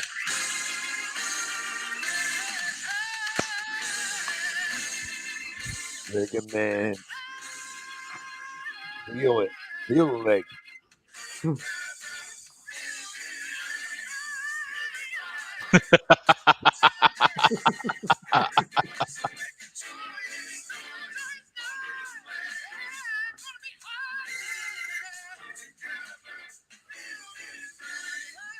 Don't worry, it's non-copyright. We're fine. And while you're at it, go check out Gleason's Bar if you're in the Levittown area. And you can use promo code A2D for 10% off your order whenever you dine in, take out, or online. Gleason's Bar and Steaks.com is where you can find them. Check them out next week when I'm home. Yep. If you ever need a RIA public adjusting and if you have damage to your home or property, we may be able to help. They may be able to help. Don't fight your homeowner's insurance alone. Contact the RIA Public Adjusting at 813-564-3364 everywhere on all your social medias. And make sure you go Go if you need them. Go check out our doc, Dr. Paul Vidal, Specialized Physical Therapy, LLC, Burlington, Cherry Hill locations. And tonight's show was brought to you by BetUS, and BetUS is the leading online sports book. They've been in the market for over 25 years. You can bet anywhere in the U.S. on everything. Link is right in our comment section on YouTube. You use that link, and you get 125% sign-up bonus. It's also in our description on Facebook as well. And you know our buddies over at FanUp. If you like daily fantasy, daily NBA, they got. They have daily MLBs as well, and you can challenge anybody and everything. It's so interactive. Win great prizes. Sign up today. Use our promo code A2D for 5,000 bonus points, $50 value. FanUp right on the Apple Store. I've been telling you all to do it. If you haven't, I can't help you. For Ralph Delvecchio, Greg Milakovic, Ryan Brodo, Noah Eaton was with us earlier. Nate Moss, Frank Besby not with us tonight. We love you all. We love you all. Let's go Sixers. Big one tomorrow night, baby. And followed by Howie time. We out of here.